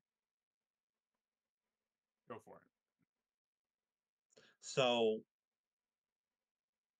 during all this, we learned a lot about the ancients, who are actually, have you heard of the drawing? Yes. The drawing are the ancients. And at that, the noble goes. Well, I'll look at him. I know how that sounds, but No, it's different. I don't think you hear the drivel coming out of your mouth. But please do go on. This is entirely entertaining. But Arisa is just staring at you blankly, still listening. But he is just like, oh gosh, what a fool. Yes, do go on. Okay, and then I'll just look back at Arissa and just kind of ignore him after that. So yeah, anyway, the droin are the ancients, but they aren't what they used to be. They were once led by a single droin that I don't know if he was born or created, but basically had insane levels of, I'm guessing, psionic abilities. I mean, he could literally make things tech that nobody else, even his own people, couldn't understand. That's where all this ancient technology comes from. It basically came from one mind, and he led them as an empire. And he's the one responsible for uplifting humans and uplifting Barger and populating it. And until he decided that he needed more help and figured out how to create his sons, who all have his abilities, and apparently there's like 400 some of them. I don't know how many of them are still around today, but they're all effectively immortal, so possibly all of them. And they decided they thought their dad was an idiot and that they should be worrying about the Droid Empire and not a bunch of savage species as they saw us. And their war broke out, and I don't know exactly how it ended, but obviously at the end of it, there seems to be no more ancients left, and we all came into power on our own planets and formed the Empire and all the other places in the galaxy. And now the war's restarting because that other big ship that you're talking about being a Jordani ship apparently is not a Jordani ship. That is one of his sons. And I think you talked about it being a Jordani ship. What's that? Well, no, I said that's I think that's the one you're referring to when you're talking about. That's why you're talking about the Jordani is because of that ship, and so that's I've inferred that's what they think. Gotcha. So I mean, and so that was where I told you we were fleeing in a ship from. Or no, I wasn't telling you. That's God, my head's such a mess. I was telling the lady in the gym. We were like in the midst of a battle because the original guy, what was his name? Yazkadre, right, guys, Yazkadre. Yes. Okay, Yazkadre, this original godlike drawing, was still around too, and that's who we met. And then he sent us to escape, and then basically started a battle with his son that was in that giant ship. 7. And we took a shot, flew through, as you put it, an anomaly, and 8 months later we're here. And literally that's our story, and it's absolutely insane. So I know you don't believe me because I don't hardly fucking believe me right now. Will you give me? Oof, yeah, good job. Will you give me? So it's not going to be like this whole thing doesn't hinge on this check. I just want to know this is just to help figure out how things are going. But that'd be persuade and int. Yeah, persuade int. Okay, I can do that.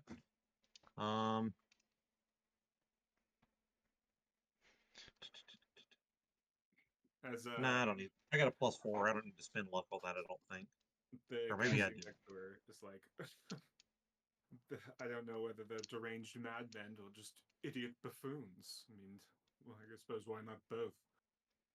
Yeah, I'm gonna go ahead and put in 2 luck too. So that's a +6. And I'm glad I did because I rolled a 5 +6 is an 11. Okay. And he kind of leans forward. Well, perhaps it's something more sinister. Liars trying to discredit my theories. Is that what it is? And he's looking directly at you, Gino, and just staring right at you. I don't even know what your theories are, man. I don't even know who you are. Sure, I'm sure. Well, we'll get to the I'm bottom of happy that. to discuss any theories with you, and I'm happy to help you make sense of what this is because, again, I want to make sense of what this is. I'm a man of science, and I have basically seen magic at this point, and it's blowing my mind. We shall see. We shall see. And he's kind of like, you can see him kind of like simmering a little bit, and Arisa just kind of stands up and goes, I think that's enough for today. We'll let you all return and get some lunch, and we'll have some.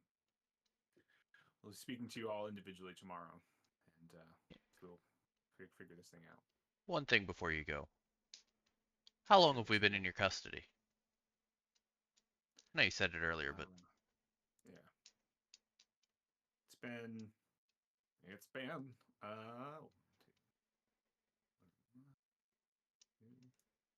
3 weeks, she says. okay. Thank you. Guards, please return them to their cells. And then they have taken back to your cells. Bring it together real quick.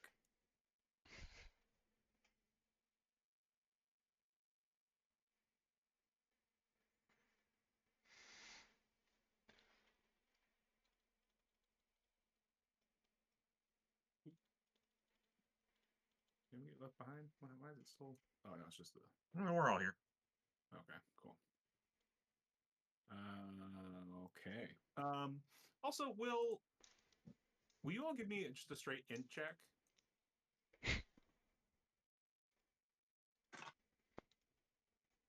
Got it. An Okay, 8. there we go. Yeah, it's 8 up. Cool. A 10. 6. Okay. 11. So I'm gonna see if this works. I'm gonna show this to you guys all again. With things you've learned, if this takes on a little bit more significance. Well, I definitely see narwhal importance there. Yeah, and you can read the description under it, right? Yes. Okay. Yeah. Yes. Cool. So the wingless worm is probably the narwhal thing, I would assume. But And I don't know if you ever actually now why doesn't someone give me this is also like an example of there's the role in Call of Cthulhu called the idea role, which is like if you guys have learned a clue a long time ago that you have all forgotten, you can like I think you can request them, and then I can also just like prompt you guys to all make an idea roll and go like, hey, you guys have a clue that like your characters would remember, but it was like 6 months ago, which is I think a nice mechanic to have because we all have lives, so it's like remembering every bit of information is impossible. But give me 1 sec because it wasn't even giving me an education check, and I don't think there's like a history skill, is there? No, but don't No, think science so. history. Science What? history. Science history? Yeah. Okay. Yeah. Yeah. Science history. And would archaeology work too in this situation? Yeah, I'll take either. Yeah. Okay. I have a +1 in either of them. So archaeology,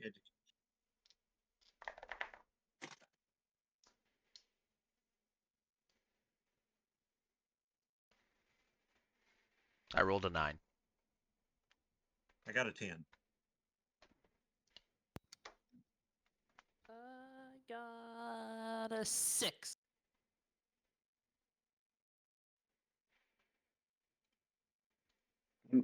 Wait, am I applicable to this role too? Yeah, you were on Dex World. I'll be right back, guys. I gotta do some. And knowing what it's in reference to? Yeah. Okay. Oh, damn. Sorry, remind me to check. Science, archaeology, or history with education.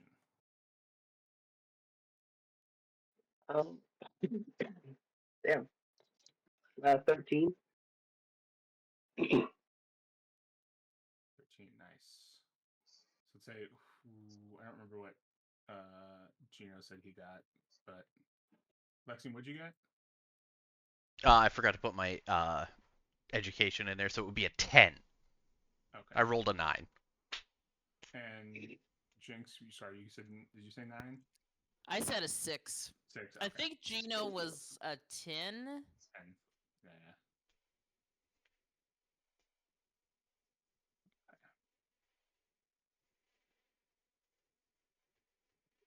So we'll say probably just 428, kind of putting some information together and some history. What was your role? Did you roll archaeology or history? You said I rolled for archaeology. archaeology. Cool. They're the same, so. Yeah. Archaeology. So putting together, like, kind of with your archaeology check, like thinking about that image, and maybe some of it's starting to kind of click a little bit. Remembering the sort of like hellish wasteland that was Beck's world, that you're thinking like, oh, if it's like the fossil record, maybe you've done some digging throughout it, like, and it would have been information you would have seen. There must have been some sort of like cataclysmic event that sort of completely changed the whole ecosystem of Beck's world. Some like singular, asteroid hitting the Earth, wiping out the dinosaurs, that just turned Beck's world, because it seemed like at one point it was a garden world. And you're thinking about archaeologically, like looking at this picture, there clearly was a drawing civilization there. But now Beck's world is this like hellish place where there's like one body of water, but like it's just tons of lava lakes and things like that. Like tons of like the earth, like the planet's mantle, and it's like just cores exposed and things like that. It's just this like hellish wasteland. And yeah, but I don't think that ever came up. But that started all of that, along with remembering this kind of image and this story that Dr. Volsang kind of talked about, is all starting to come back to you a little bit. To kind of put a few more things for some perspective.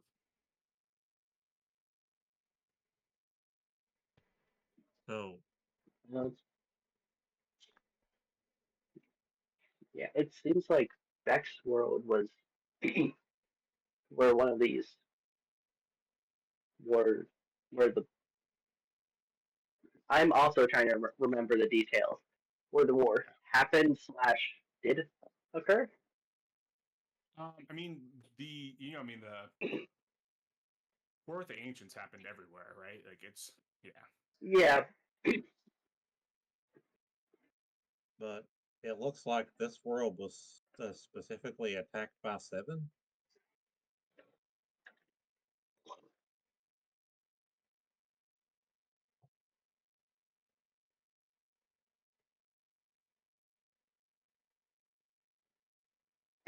So does that mean? Targeted. So does that mean?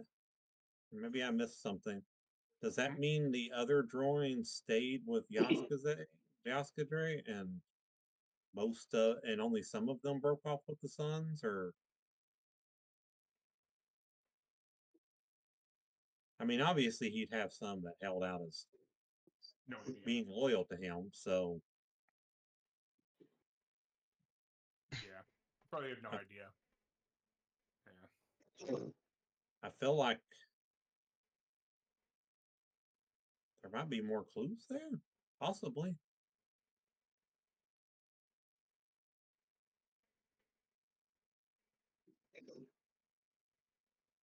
Yeah. But as you guys are talking, eating lunch, you you get that like, ugh, is something wrong with my food? And it happens for like, in a split second, like, oh, I don't feel well, and then you realize because like your stomach lurches, and then everything kind of goes as like gravity just kind of disappears and you start like floating and your food's floating in front of you, your tray's floating in front of you, and luckily like you're sitting at the table or maybe you're sitting on your bunk so you can like kind of catch yourself. But will everyone give me just a straight dex, well, you can do athletics dexterity with dexterity just to kind of catch yourself. Oh, I've been praying for this roll. Yeah. It was like most of the game. 9. Boxcars. Nice. Hey, nice. Yeah, 420 is just like 14. shooting like little tendrils at you. He Yeah. spreads Ready. out the net to just catch all of us. Yeah. I got a 13. Nice. Yeah, you guys all kind of catch yourselves. While this was happening, Eamon and Sour were taken off, and they are currently being questioned during lunch, though. But yeah, you guys are all caught. Then, yeah, it's only there for like 5 or 6 minutes, which is not a short period of time, but 5 or 6 minutes, and then things kind of go back, and your food just kind of splats to the floor, or to the to the floor, to the table. Hopefully not to your bunk. Yeah, you guys are righted. That was fun. Is that something that happens normally here, I wonder? Do they just have problems with their gravity system? Or is something going on?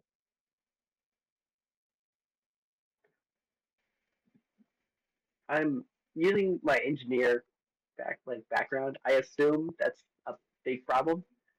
Yeah, Like you shouldn't be losing gravity. probably an issue. Yeah, something went wrong. Probably you would guess. That Yeah. certainly Actually, shouldn't. will you give me an engineering? Yeah. Ooh, Power. Should we? let's do power. Yeah, I, with power. int. Okay. Um, and you can Okay, all give me back to these rolls. a recon int. Well, recon dexterity. Let's do recon dexterity just to make things different. Everyone else can make that. An 8. 8. Yeah, I mean, definitely something went wrong. Clearly, like you think you even maybe heard like a slight like pop and whirring, and something went out. I got a 10. I got a 13. 13. Yeah. How about that, Jinx? You said what was the check? Recon with dexterity. A 10. 10. Yeah. So one thing you have all noticed as you've been walking around and then like led around the ship is it feels like the gravity is not even. Like some places, yeah, you all got double digits. Some places it feels like it might be anywhere from like 0.8 to 0.2 to 1.2. Like there's a noticeable variance.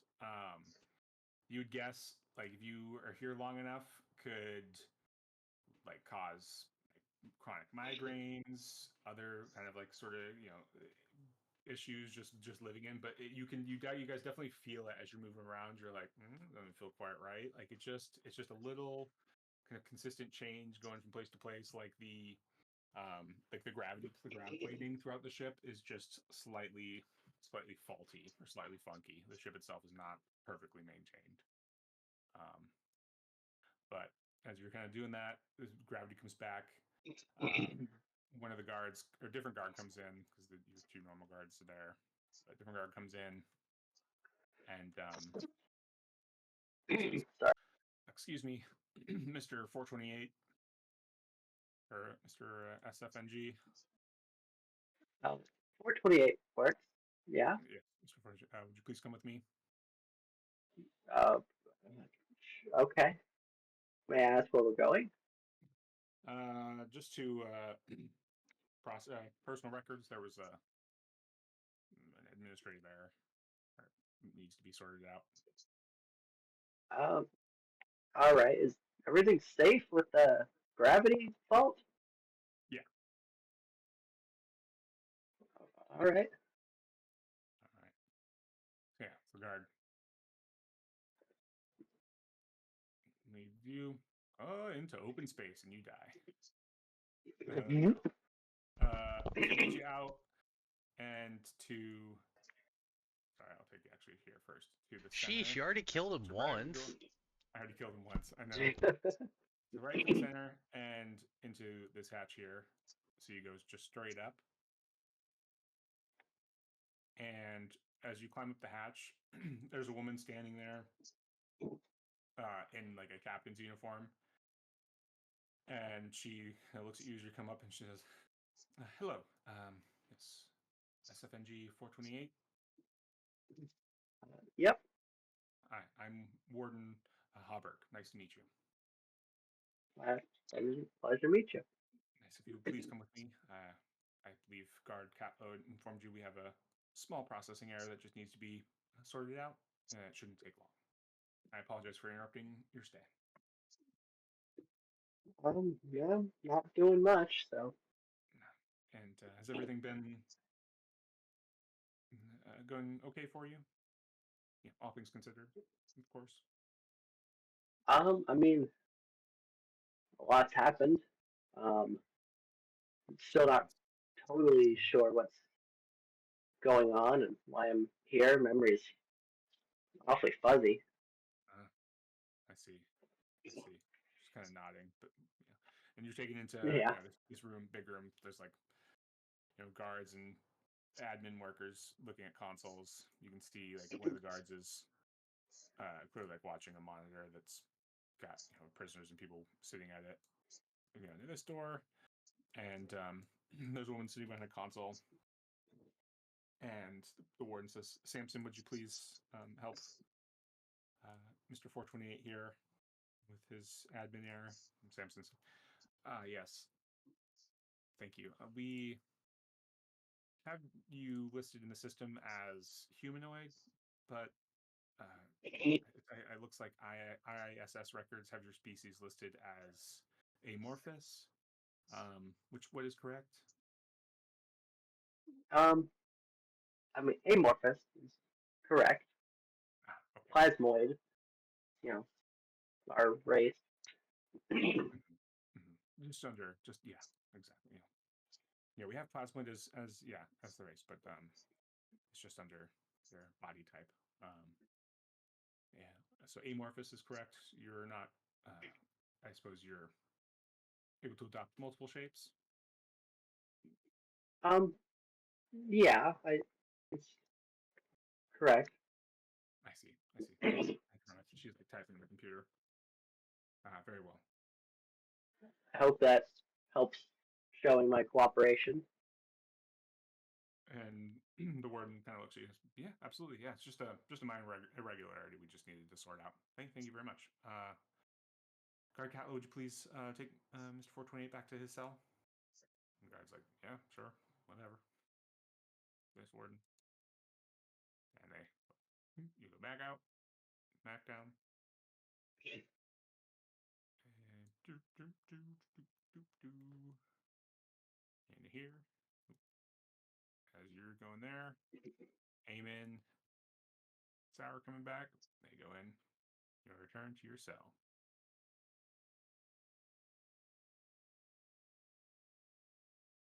Well, it was thoroughly uneventful. A long walk. Oh, What did they need?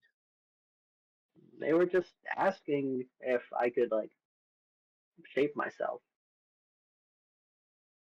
So if you could take other forms, Yeah, because the kinda. probably for security measures. They can predict I where a suppose. humanoid body can go. It's harder to predict where you can go, maybe. Yeah, I mean, I hope they can see I'm cooperative and not trying to escape. I don't even know if we can. I don't even know if we could escape if we wanted to try. I mean, literally just floating out here, and don't assume they have shuttles to come and go as you please. Yeah, there's really nowhere to go. I don't know why we would even attempt it. Well, we clearly wanted to know for some important reason. Um, at least if it was important enough to pull me away to ask clarifications on it, I guess. As you guys are standing there talking, I'm inside your cell because you can't see outside of it. In actuality, you just can't on the map. A guy in like kind of a wrinkled suit. He's got like a little messenger bag slung over one shoulder. Kind of walks up and is just standing outside your cell. There's like glass there, glass in the door, and he's just kind of staring at you guys in your cell. You got kind of like mid-length, silvery, kind of grayish hair, and he's just kind of looking at you guys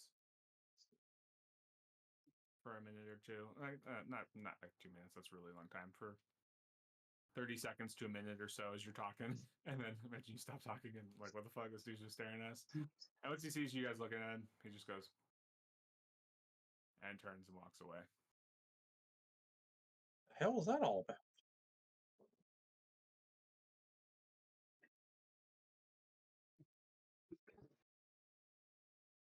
Do they have a metal arm?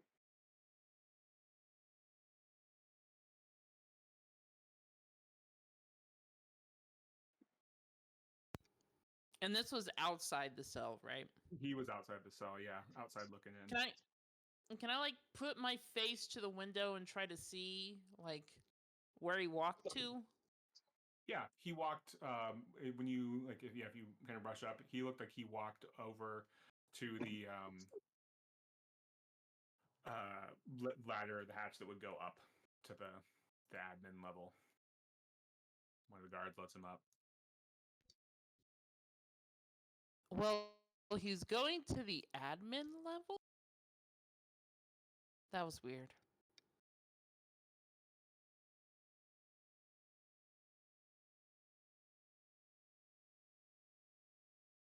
Wait, you What don't is think this is like a special interrogator for us, do you?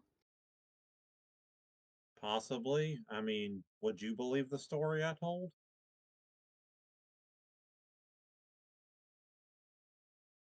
Nothing sucks more than being honest and still not being believed, but I don't blame them.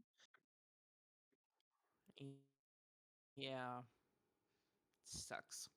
But I know I ain't no freaking terrorist.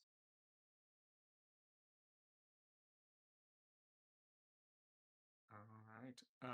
Then, yeah, you guys have dinner. Then it's Sorry, I'm distracting you. no, you're good. I'm a sleep. A yes or no? You eat dinner. No. You eat dinner. You can go to bed, but you guys can also do anything you want, like at nighttime. I mean, you have the camera watching you, but otherwise, we'll jump to the morning.